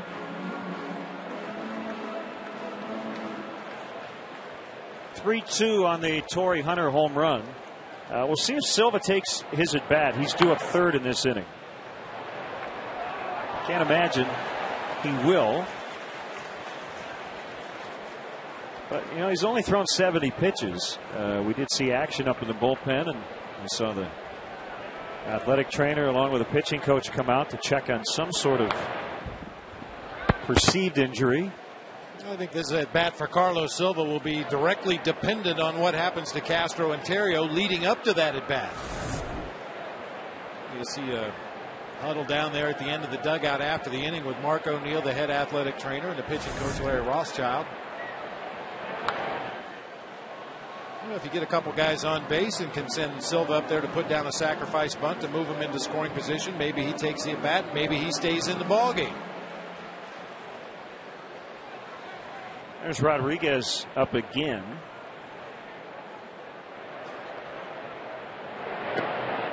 Two-two to Castro.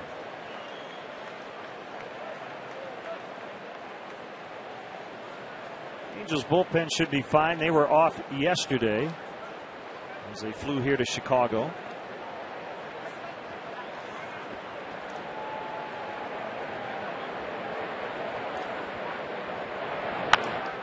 Line Kendrick went up to get it.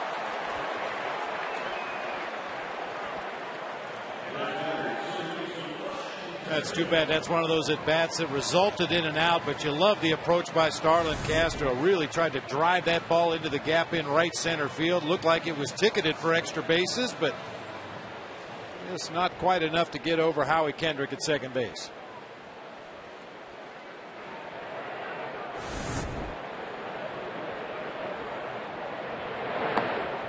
Terrio takes high, ball one.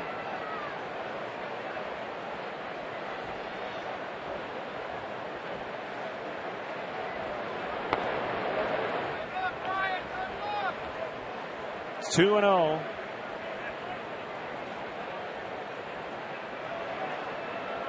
Silva is on deck. I was just going to say, kind of an odd mix in that Angels bullpen. Only one left-handed reliever, and that's their closer, Brian Fuentes.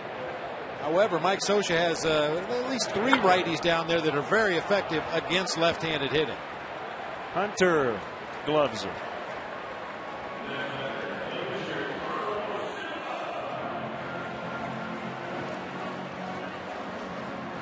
Well, Starlin Castro may have been robbed on that line drive toward right center field, but he was the one doing the pickpocketing.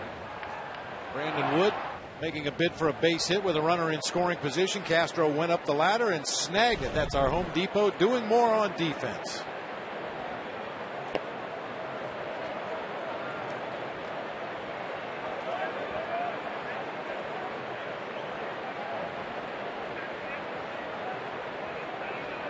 A 1-0 to Silva is a strike.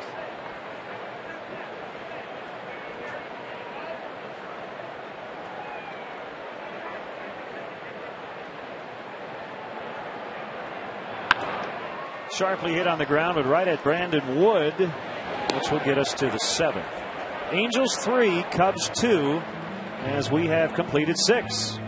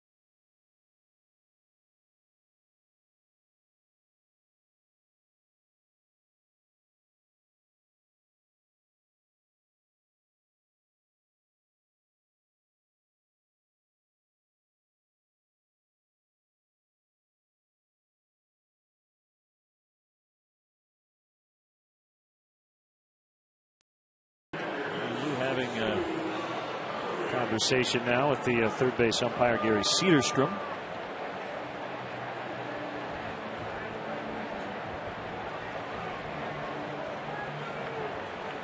So it's up to the bullpen to keep the Cubs in this one the rest of the way.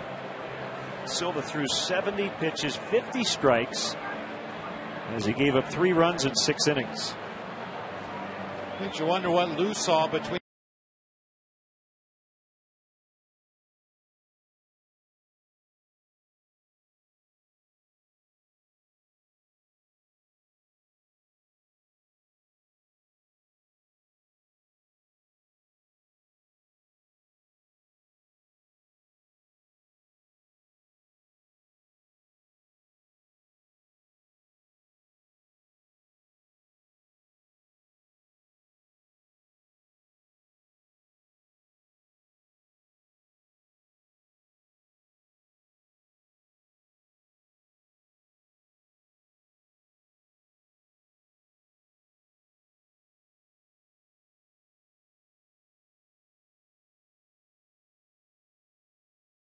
Then taken out of the ball game before throwing a warm-up pitch.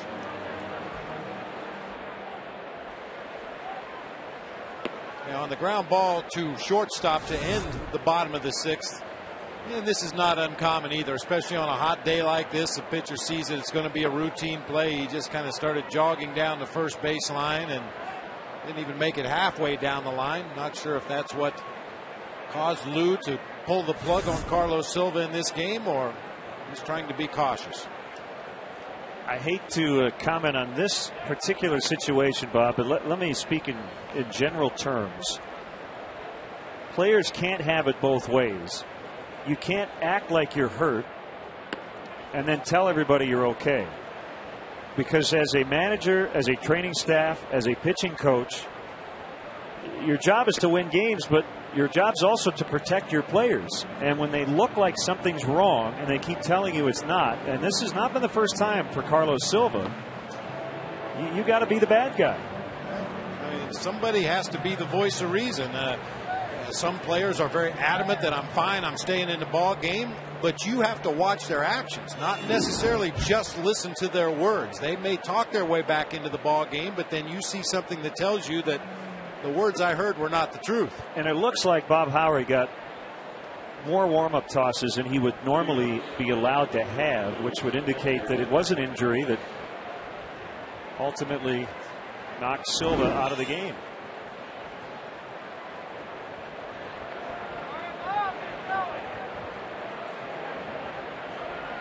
And now the question is, will Scott Kazmir take the at-bat? He's due up third in this 7th inning. He has a lead, 3-2. We'll find out. Also amassed a lot more pitches than Silva had in his stint in the ball game. I got to think we've seen the last of Scott Kazmir today. I would agree with that prediction. Or is that more of a forecast than a prediction? So, guess.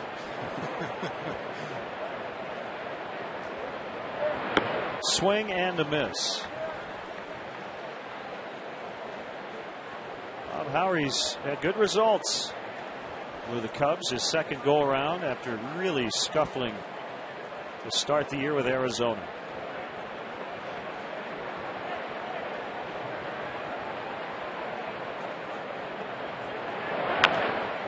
And Mathis taps it. It's charged by Baker, and his throw bounced out of play. So Mathis will end up at second. Remember, Mathis knocked in a run with a bunt single in the 4th inning. This was a swinging bunt, and Baker couldn't get him. He got to it in pretty good shape, got it out of the glove, made the throw in good shape. However, that throw is back into the baseline as Derek Lee, reaching back into the runner, just couldn't quite get there in time. It bounced up into the stands, and Mathis will be awarded second base.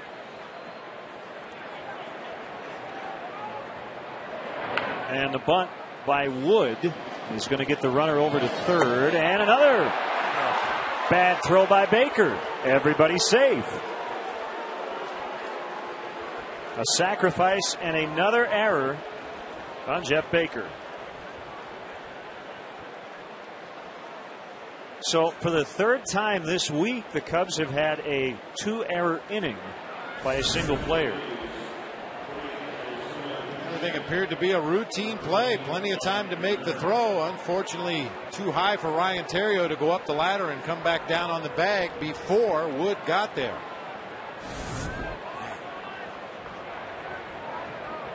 And it's going to be outfielder Juan Rivera to pinch hit for Kazmir.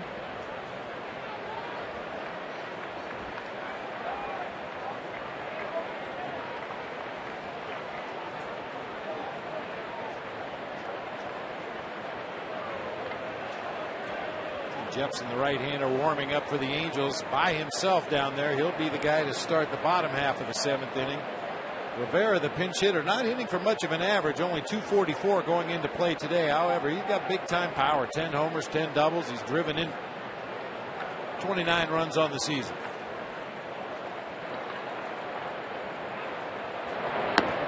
And a called strike.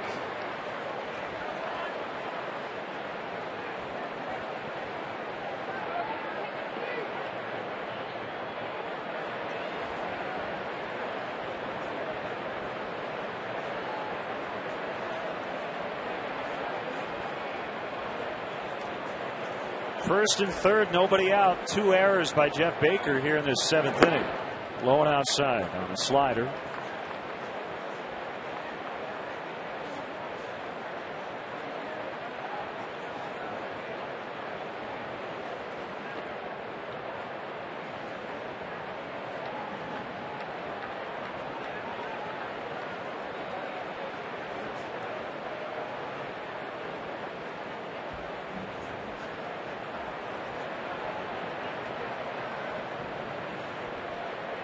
Throw to first.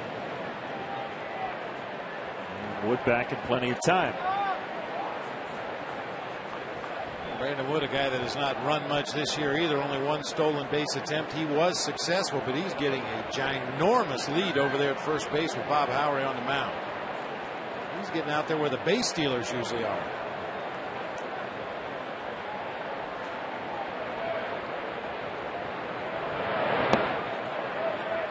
Missed low. 2-1.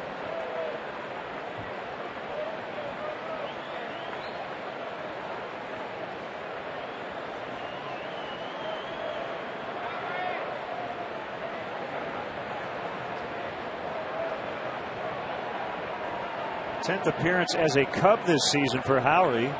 Only 1 unearned run. There are some more unearned runs on base. He's trying to stop them from even getting to the plate.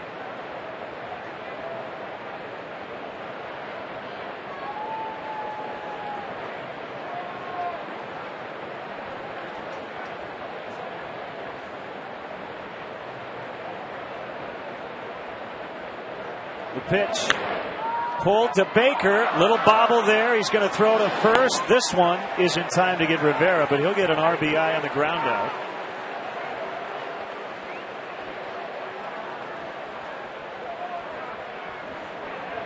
And it's now 4-2.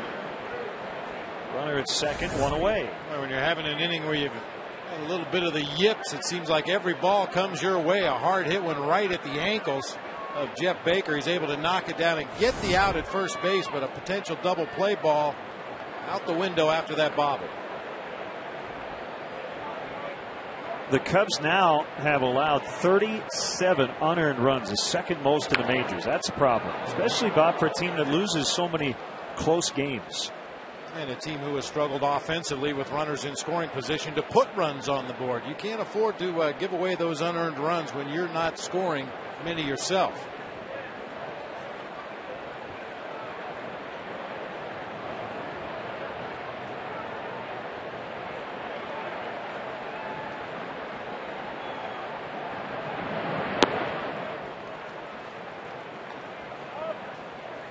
One to Kendrick.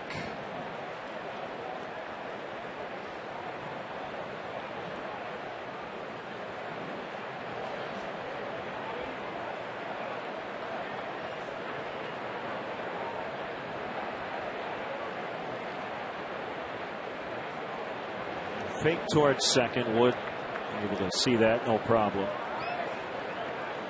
He's trying to push him back a step or two, shorten up that lead a little bit, and give your outfielders an opportunity to possibly throw him out at home on a base hit.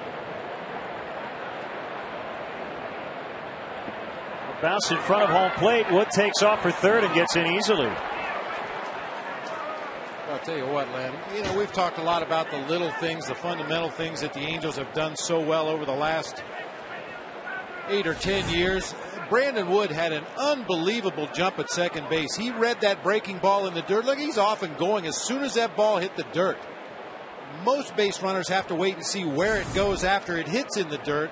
Wood did not wait. He saw it in the dirt, figured it was going to be a tough play for Giovanni Soto to block and recover, and easily made it to third. That's the 7th wild pitch for the Cubs over their last 4 games. Infield in. A 2-1 count to Kendrick. Here it is. And a high fly ball out into deep right center. Bird back on it, and it's going to go. A 2-run homer for Howie Kendrick. And they have stretched the lead to 4. It's 6-2.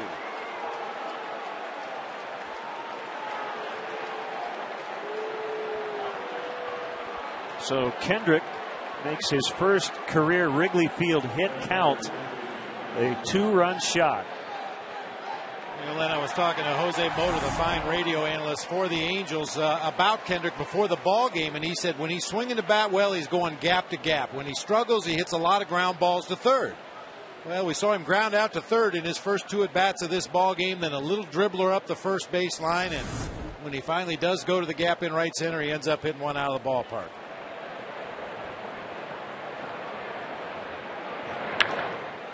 A 1 bouncer to Castro. He gets Franzen. 2 away. Watch Comcast Sportsnet Cubs game replays on demand with Xfinity TV from Comcast. Don't miss the action. Call 1-800-XFINITY today.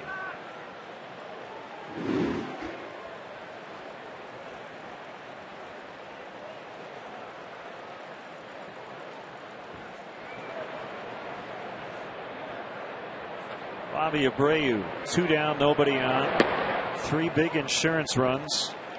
A couple unearned in this inning. Actually, they might all be unearned. Even a home run.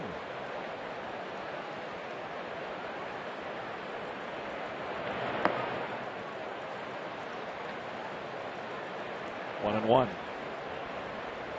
As you mentioned, we'll see the right-hander Jepson in the bottom of the 7th. Kevin Jepson.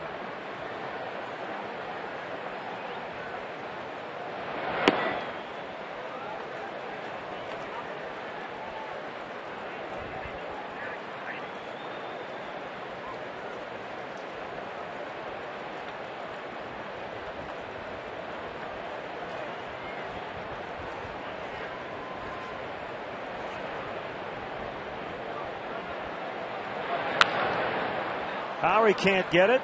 Castro will throw in time. The super fans coming up with a stretch.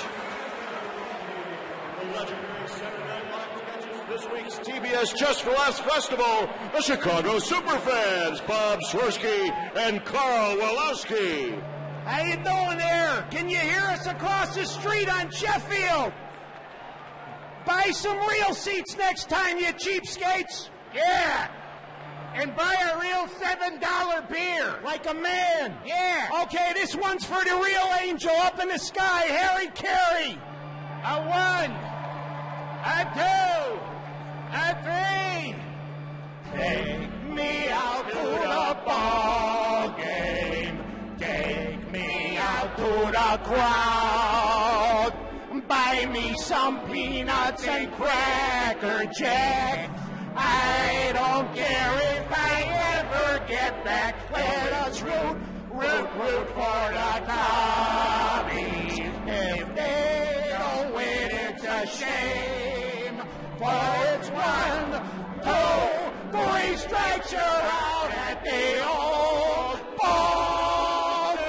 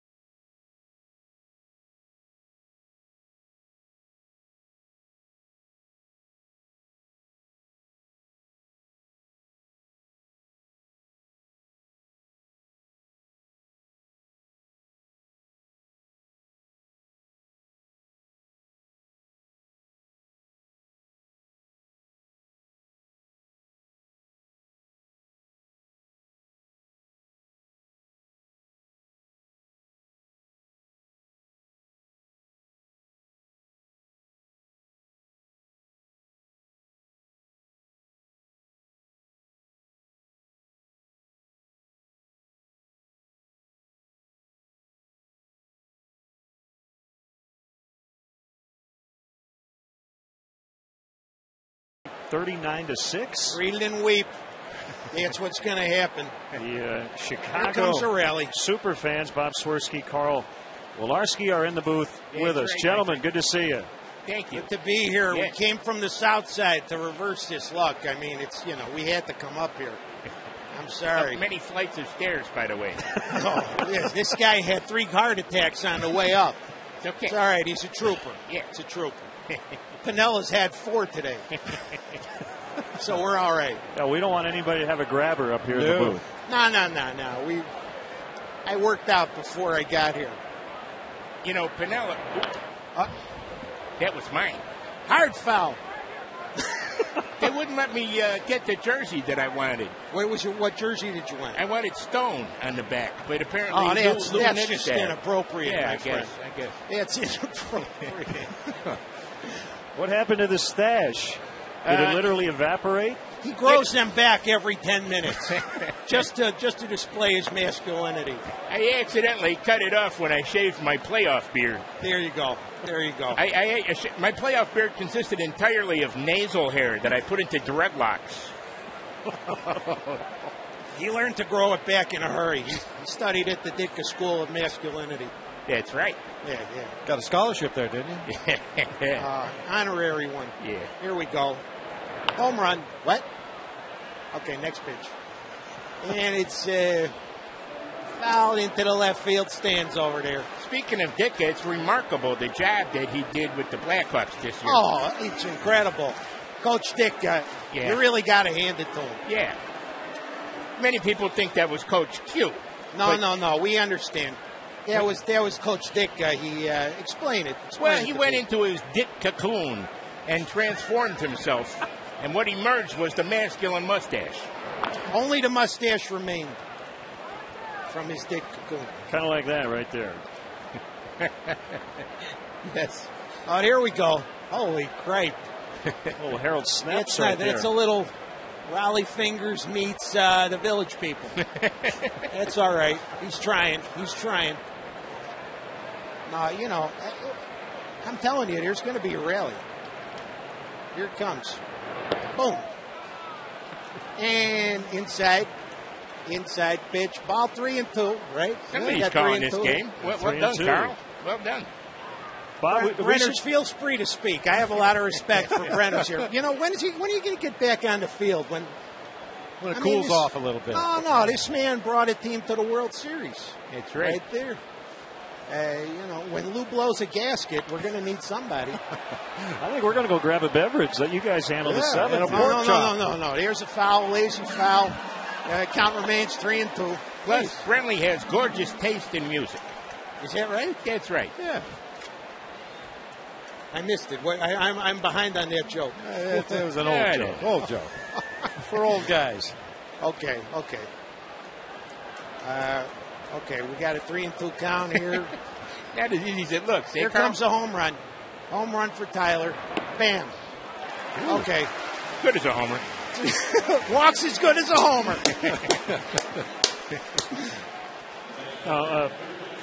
Are you guys glad Chuck Swirsky's back in town? Chuck Swirsky, a broadcasting legend, my friend. Broadcasting legend. No relation. No relation, okay. Yeah, oddly, no relation. Now, Where you're going was to see he? Bill Swirsky tonight, right? Uh-huh. Is it this weekend? You got a big reunion coming up. That's right. Thank you for bringing up what we're supposed to talk about. Completely forgot why we're here. Holy smokes. That one's going, and caught by one of those. By the way, those are calling themselves angels. I mean, that's just a crime. Where are they from, anyway? They're from Los Angeles or Anaheim. They're not even sure where they're from. I mean, it's a disgrace. It's a disgrace. And their costumes wear with the red on red. But we're doing a thing tomorrow night at the Park West. 2 shows, 7 o'clock and 10 o'clock. We are doing a live reading from the Superfans movie script that was never made. It was written many years ago. It's the first draft, so we're cutting it down. The original draft was 150 pages. That would have been long. That was, it's quite an evening. That's longer than Patrick Kane's hangover, my friend. I mean, that's a long time. So, but we're going to have Coach Ditka there. Coach Dick is going to be there. My brother Bill. His brother Bill. If he recovers from his latest heart attack, that is. And David Keckner. Some people are actors. The coach, there he is. You don't think he's going to be there? We are going to be in the presence of the one and only Coach Dicka tomorrow night at the Park West. You don't want to miss that. I almost fainted when I saw the graphic. That's all right. I heard your voice quivering like a little bit. He's slightly aroused. But that's all right. That's all right. If we're going to have a man crush on anybody, that's the man. So can I ask you guys, pregame meal today, what'd you have? Pregame meal. I don't think we have enough time in this inning to cover that. Foul tip, and the count is 1-2. For those who are not angry at us for taking over the half, here we go. You got a little something going here. Oh, are you kidding? Man on first one out? It's inevitable, my friend. By the way, I'm tired of people calling this a curse. There's no curse. You know, people need to think about not just these Cubs, but what about the Bizarro Cubs? The Bizarro Cubs have gone 100 straight years in the playoffs and the World Series. They're on a streak, my friend. Is that like Bizarro Superman? Is that the reference? Exactly. The 50-year-old reference you're talking about? It's a parallel universe. Okay. The Bizarro Cubs, my friend. They have the, You were deeply scarred by cartoons and comic books. All I can say is read it and weep, Bizarro Yankee fans. All right. Long fly ball to right field, and it's not that long, and it's going foul, and no catch, my friend. No catch for you. Wow, so we got the count at 2-2 here. Go ahead. Oh, look at that. Look at that bean.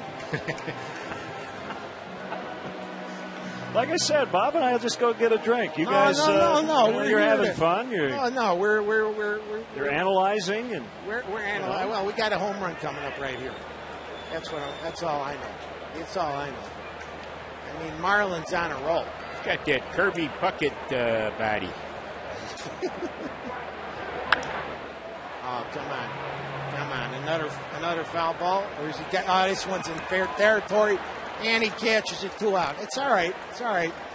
You're playing possum. You're playing possum, my friend. Now, why?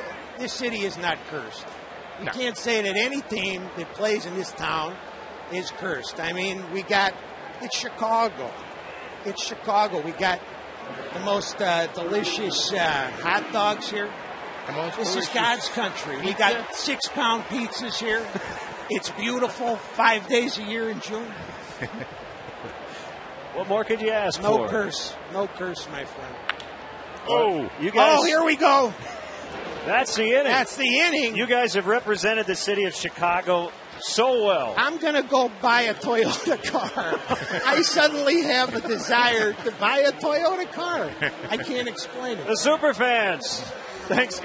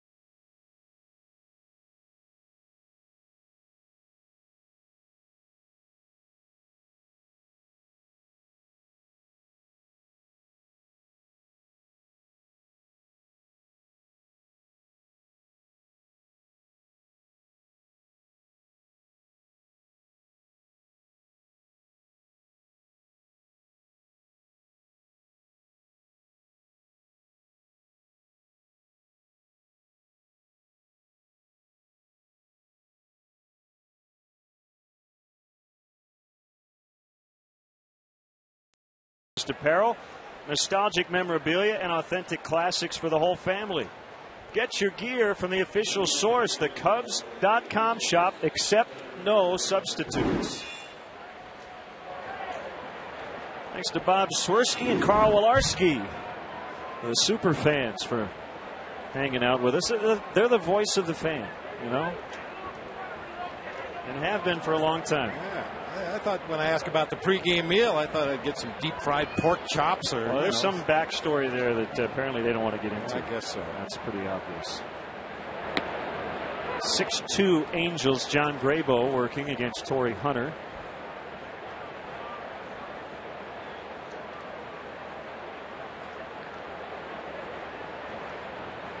Are you perspiring as much as I am? We had about 45 people in the booth. I don't know if we can measure it, but I think I'm probably pretty close to you. Lathered up here. The 1-1 pitch outside. Well, Bob Swirsky was giving off some serious body heat standing right next to me. Melted my reading glasses.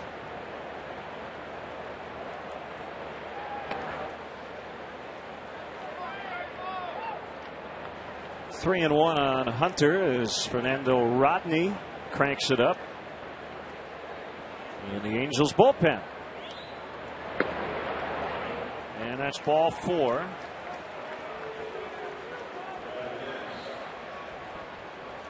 Well, the Land Rover High Performance. Eric Ibar may make an appearance in this series, but he's had a knee injury and has missed a couple, and not quite sure how much we're going to see of Eric Ibar this weekend. Yeah, nice run for the first couple of weeks of June before he injured his right knee. I believe left knee. I'm sorry, left knee on a slide at second base by Casey McGee. This is Rob Quinlan in the pitcher's spot for Jepson.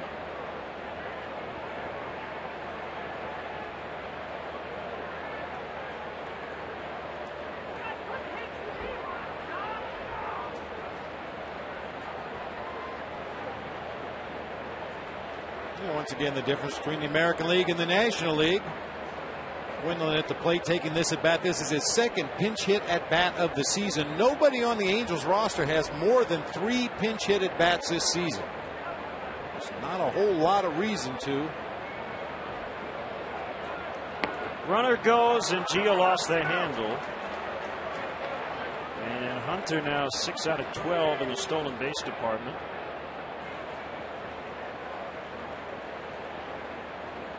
You know, the bottom line is, Bob, for the most part, you can beat the Angels, but you have to beat them. And I think that's something Mike Scioscia has prided himself on, and the whole organization for that matter. They got to hurry, and Ontario can't barehand it, and they get another run. It's 7-2. There you go. Another example of the aggressive Angels style. It's just amazing to me that anybody that's watched these Angels play or read an advance report earlier today would be caught by surprise by a sacrifice bunt with a runner at second, nobody out. That's what the Angels do. Eric Lee gets to the ball in good shape. Ryan Terrio's on a dead run from his position at second base. Can't reach back and make the barehanded play. Oh, man. Third error. And another runner going. Soto's throw this time is late. Quinlan in with a steal. Boy, you feel like the Angels smell blood. And they're just going to keep running at this point until the Cubs stop them. 3 errors the last 2 innings. It was on Lee on the throw on that bunt. No RBI. And he might bunt again, although Napoli hits for power, and he's trying to hit a 2-run homer. Swing and a miss, 0-2. So 3 unearned runs back in the 7th. Another error here in the 8th.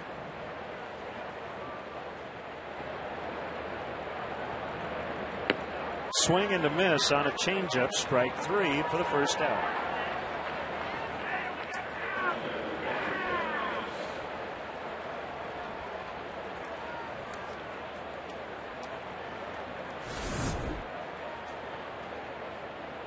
Good pitch with some fade low and away from a strong right-handed power hitter.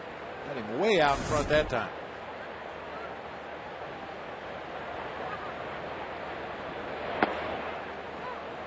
Strike to Jeff Mathis.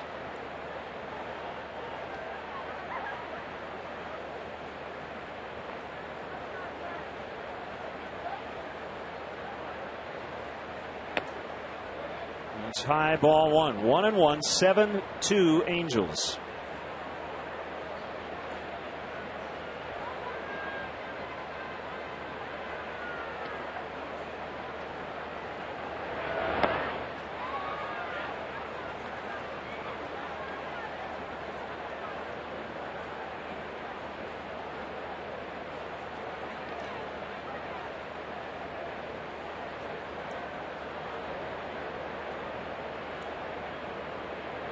Kick and the pitch.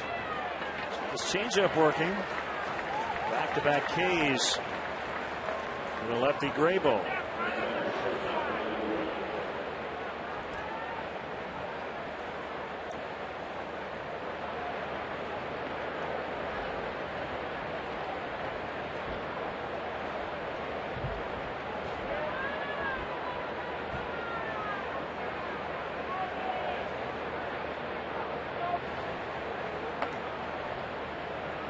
Ball one to Brandon Wood.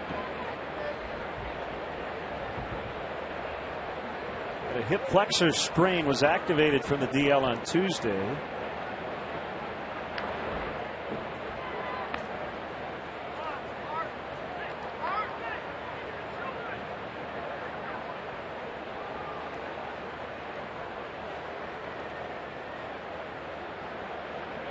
Now, it won't do the Cubs any good now, because this game official, we might have some rain not too far off in the distance with some heavy winds. Now looking at the weather radar, it looks like it's headed right our direction, not too far away either. Are you taking evening classes? Yeah, I feel like you want to go into meteorology. I like it. Very into the weather these days. Soriano the catch. They add a run. It's 7-2 Angels to the bottom of the 8th.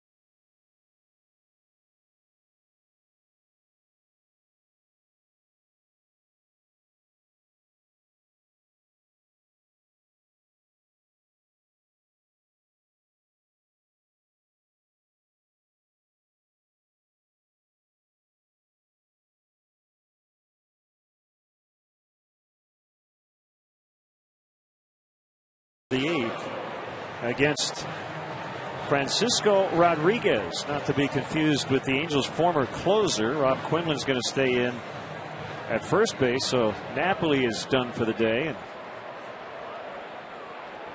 There's Rodriguez. Look at those numbers. 15 strikeouts, 1 walk. Great story in the LA Times. In spring training in 06, his first major league camp, he saw his name on the clubhouse board as part of their travel squad to Scottsdale, even though he had pitched the day before.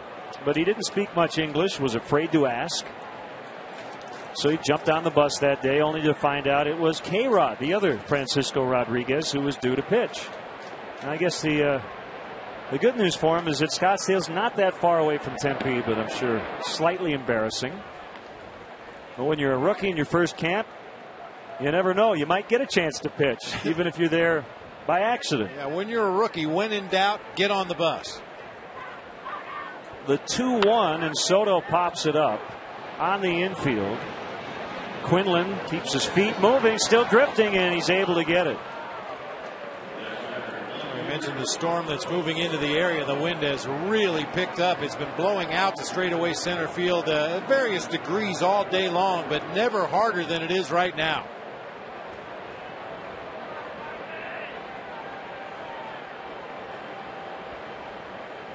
Can you give me a ride to my car after the game if I need it? I'm only about 20 feet from yours, but I might need one. Sounds like we have a nasty storm on the way.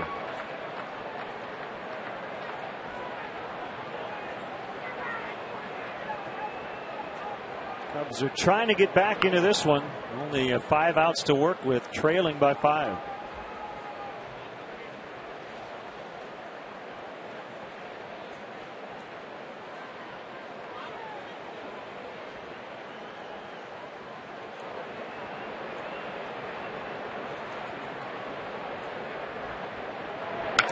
Broken bat pop, and it will be Kendrick.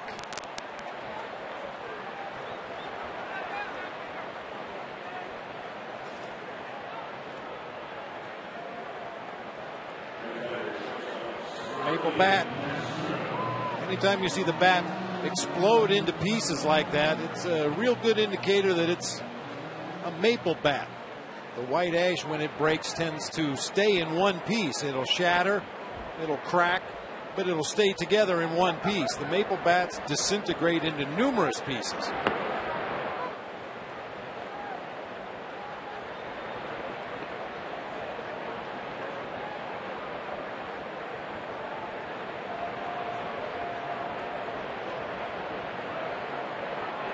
Pitch to Castro. Big swing, just got a piece of a fastball at 94.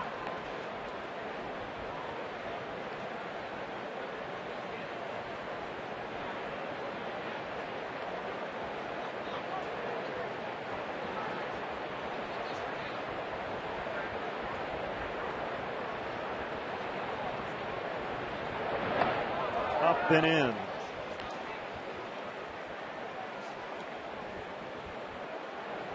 Well, we just have not seen this team gain any sort of momentum.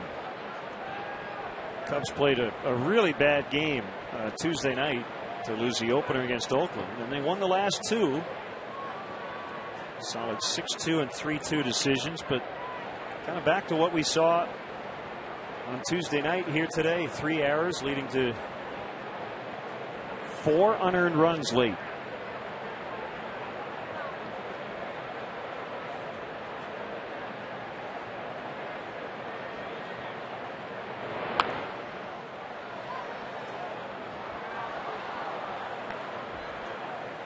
And you know, Len, I think any manager in baseball, Lou Piniella included, would tell you that the physical errors are always going to be a part of the game. Guys are going to occasionally make bad throws. The ball's going to take a funny hop, and you're going to kick it from time to time.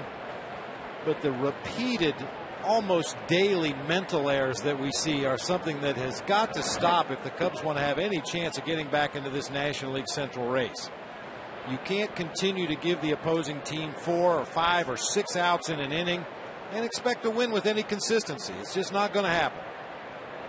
Huge crowd today of 39,729. You just saw a lot of people have headed out of the ballpark because Paul Friedman, the in-house public address announcer, did announce that severe weather is on the way. So You might want to be on the lookout for that as the Storms are on the way. We'll go to the ninth, 7-2 Angels.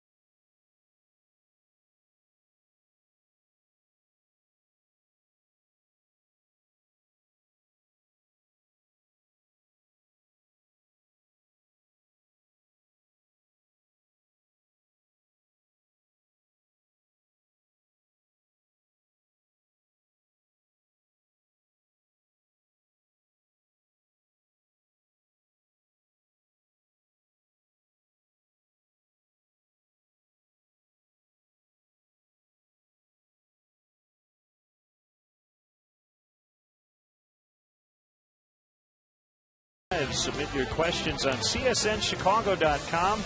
You could get an answer live on air. Don't miss Sylvania Cubs postgame live immediately following the game right here on Comcast Sportsnet. Fans' best friend.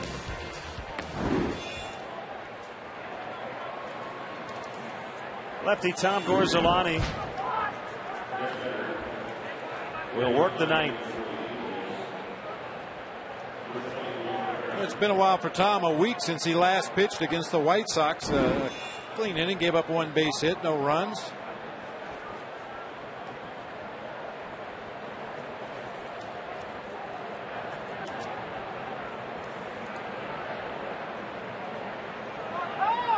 And he'll face Juan Rivera, who knocked in a run as a pinch hitter with a ground out in the seventh. Backdoor breaker for a strike.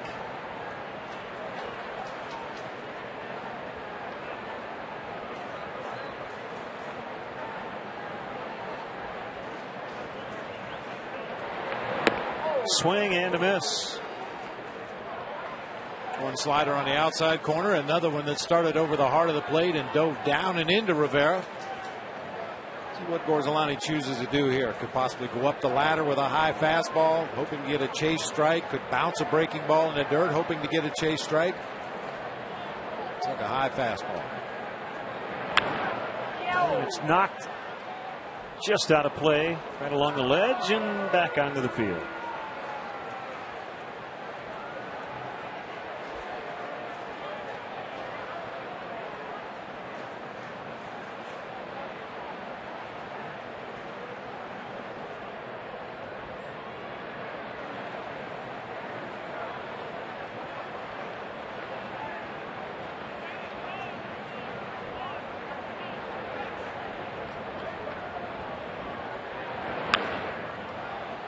Similar area, actually hit a little bit harder foul.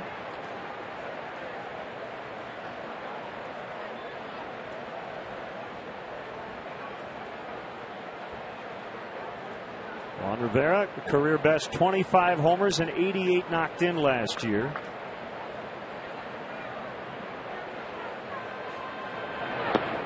Swings and misses, strike three.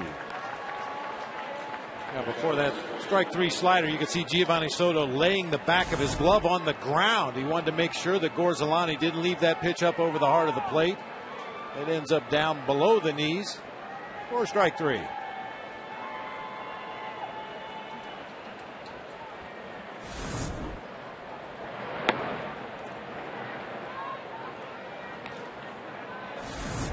What I was talking about, Gio alerting Tom Gorzolani, get it down, get it down, get it down, and he does.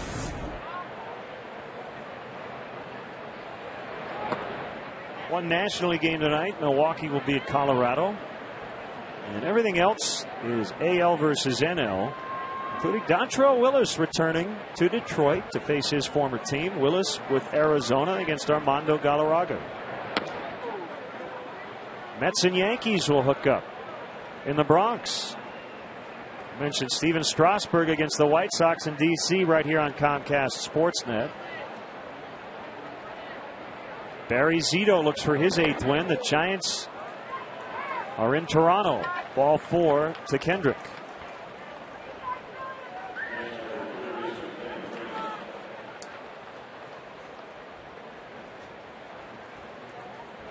Dodgers playing the Red Sox at Fenway. The return of Manny Ramirez. That'll be an interesting reception tonight.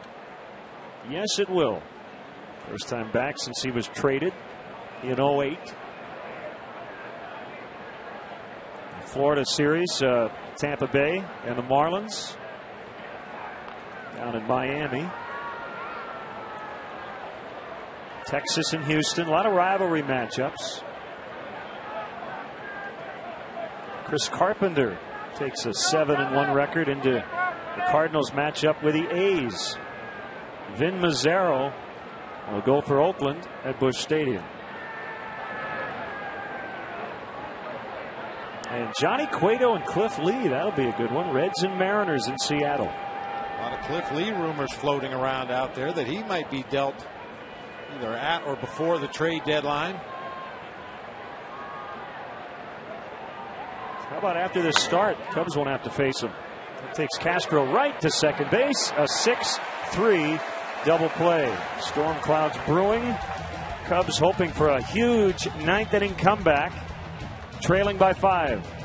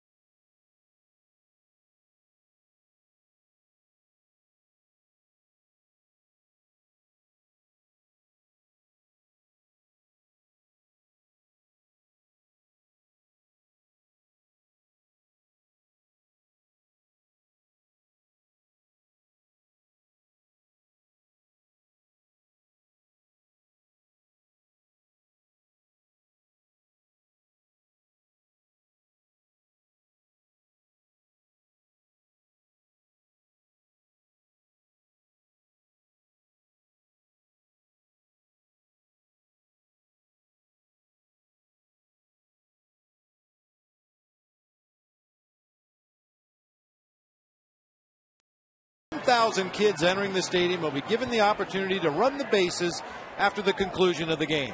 Tickets are limited, so visit Cubs.com to order today. Last chance for the Cubs. Terrio, pinch hitter Chad Tracy, and Tyler Colvin against Francisco Rodriguez, who had a perfect 8th.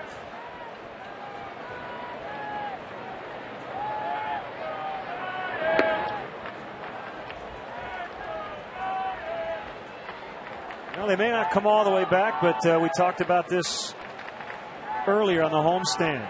See if he can make Mike Scioscia get Brian Fuentes up in the bullpen. Give him a finish.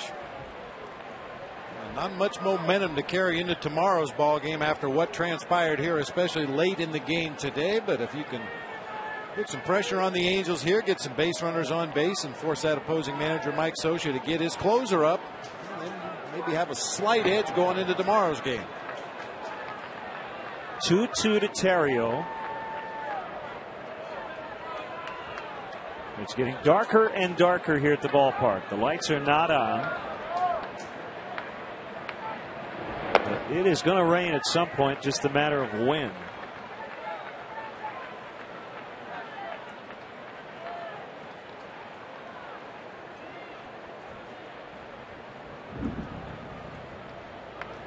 And ready now for a 3-2. Pulled foul on the ground.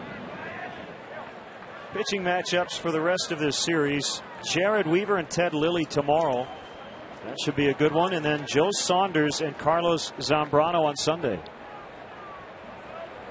Lilly coming off one of the best starts of his career. Took a no-no into the 9th.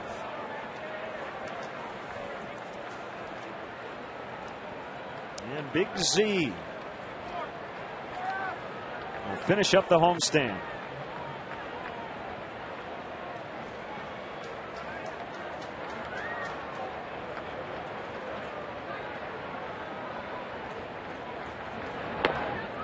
All 4 leadoff walk.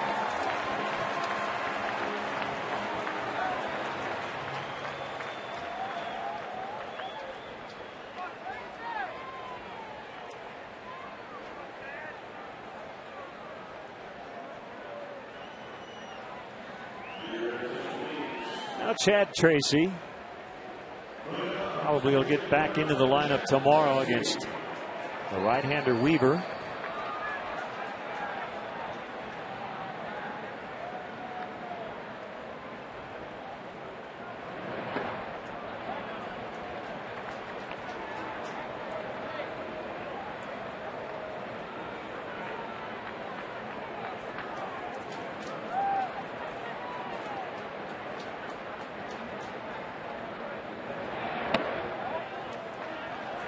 Ball 2. I'll tell you, Mike Scioscia might be getting close to getting somebody up in the pen. Mike Butcher going to get on the phone.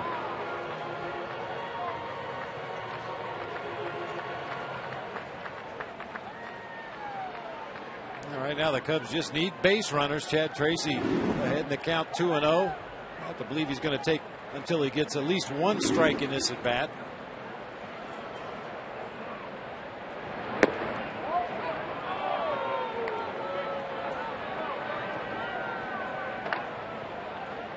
Fernando Rodney was up earlier, and his backup now. Won't take him long to get ready.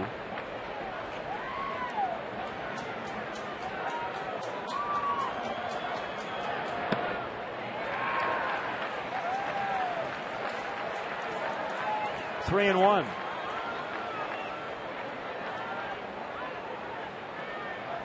I don't know if the Angels bullpen's quite figured out the protect the bullpen catcher thing yet. They do have a reliever up, but he's not standing near the catcher. I don't know if he'd have time to get over there and protect him. Ball 4 as it starts to rain. Well, I'll tell you, right on cue. We heard it was going to be here at 4 o'clock, and it's here. And Mike Butcher's heading out. Back-to-back walks to start the 9th.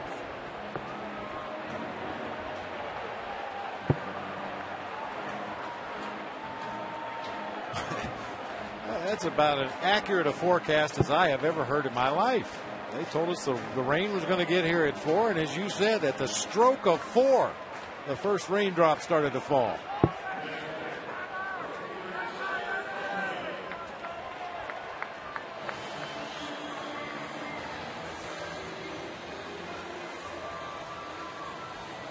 I'll tell you, if somebody can lean into one right here, put a ball up into the bleachers, all of a sudden it becomes a very tight ball game. I think Scioscia would be forced to get his closer up down in that right field bullpen.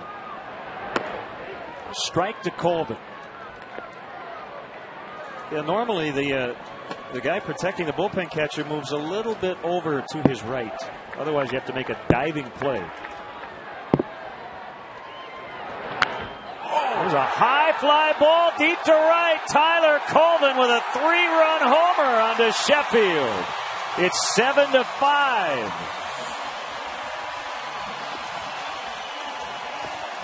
What a blast that was in the rain.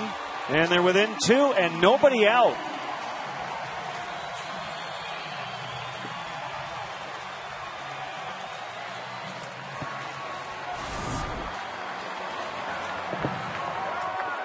Nice swing by Tyler Colvin. Very little doubt about that one. Hit it out onto Sheffield Avenue. Through the raindrops to pull the Cubs to within 2 here with nobody out. Mike Scioscia coming out. And Rodney should be ready. Kosuke was announced, and now Scioscia heading out. And Brian Fuentes is getting ready quickly, but he just started to throw.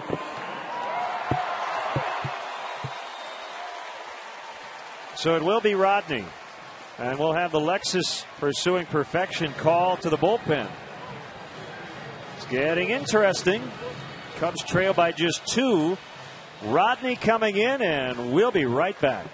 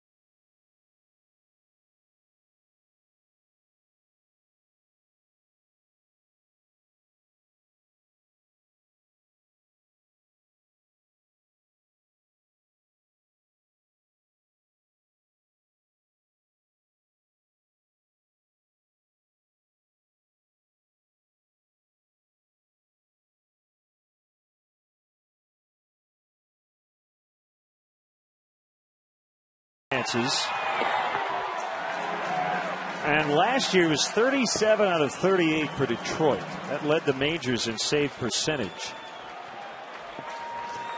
A real good fastball in the mid-90s. A outstanding straight changeup. Rarely throws a breaking pitch. And he filled in for Brian Fuentes, who had some DL time in April. Well, it's nice to have that two-headed monster out there in the ninth. Mike Scioscia, I'm sure, feels very comfortable using Rodney to save a game if he has to. And he's 2-1 to Fukudome. Lightly raining. Tyler Colvin with a 3-run homer to make it 7-5 with nobody out.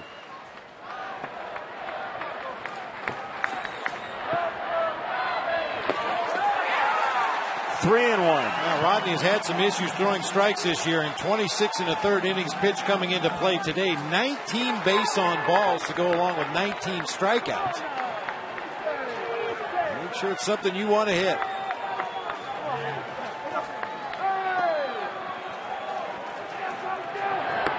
That's a strike. A lot of members of the Japanese media have been traveling with the Angels this season.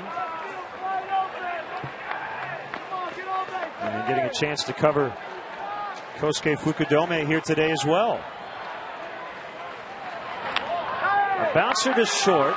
Wood picks it up, and he gets it.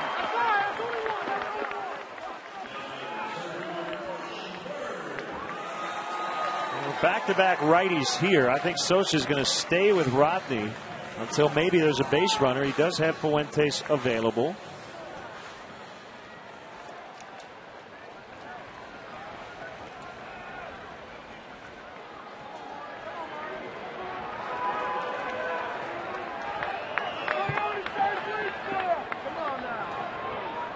And a ball got out of the Cubs bullpen.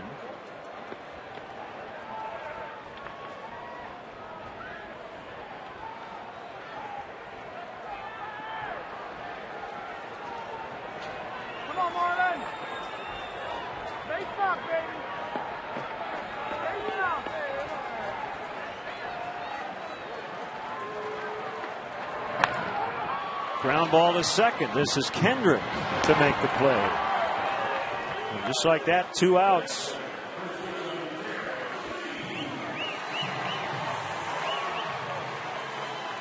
It's up to Derek Lee.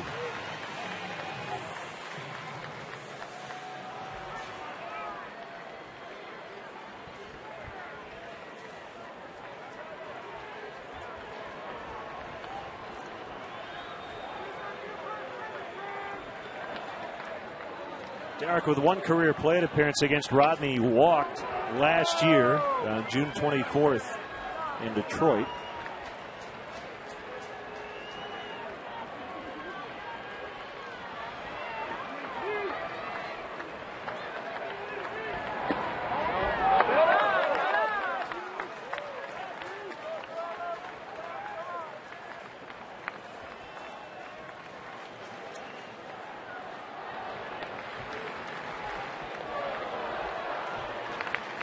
Wind calming down a bit. It has stopped raining. But the skies are getting darker. Calm before the storm. It's starting to look really nasty over toward the west.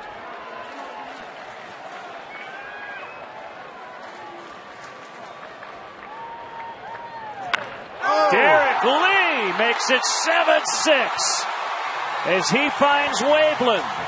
It's a 1-run game. A 2-homer day for D. Lee.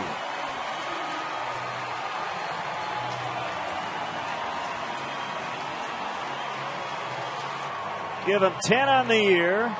They've scored 4 times here in the 9th. And nothing cheap about either homer here in the 9th inning. Tyler Colvin going on to Sheffield.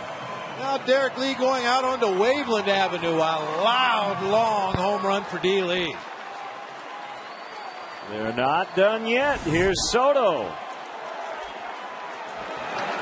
It reminds you of that 08 club. Even 07 around this time, the Cubs started to make their season comeback.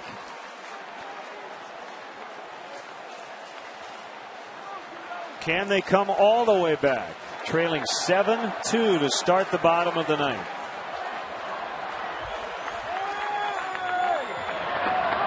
One and one on Soto. First 2-homer game of the year for Derek.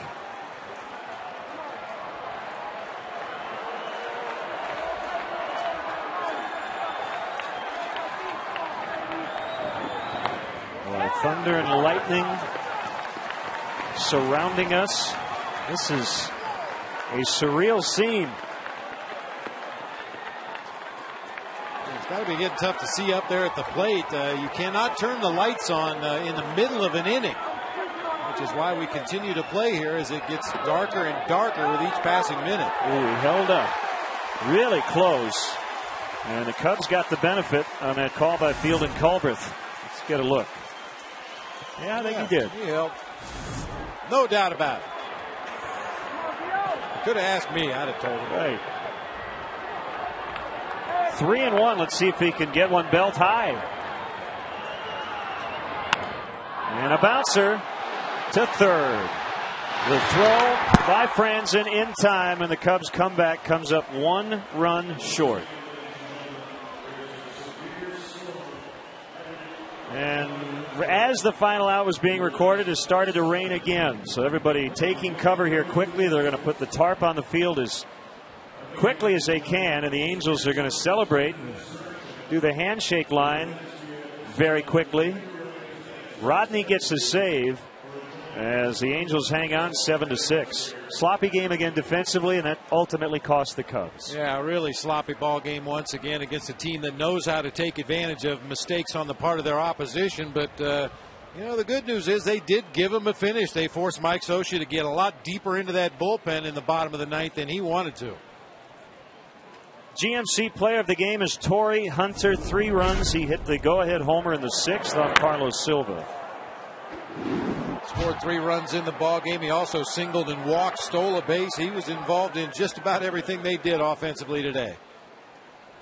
So that's going to wrap up our game coverage. Stay tuned for Sylvania post-game live. The final score today, the Angels 7, the Cubs 6. Our next Cubs telecast on Comcast Sportsnet, late night from Seattle, Tuesday from Safeco on Comcast Sportsnet Plus at 9 o'clock. In-game scoring provided by ScorePad. Now for Bob and our entire crew, this is Len Casper. We'll send it over to Gail and Todd in our CSN downtown studios.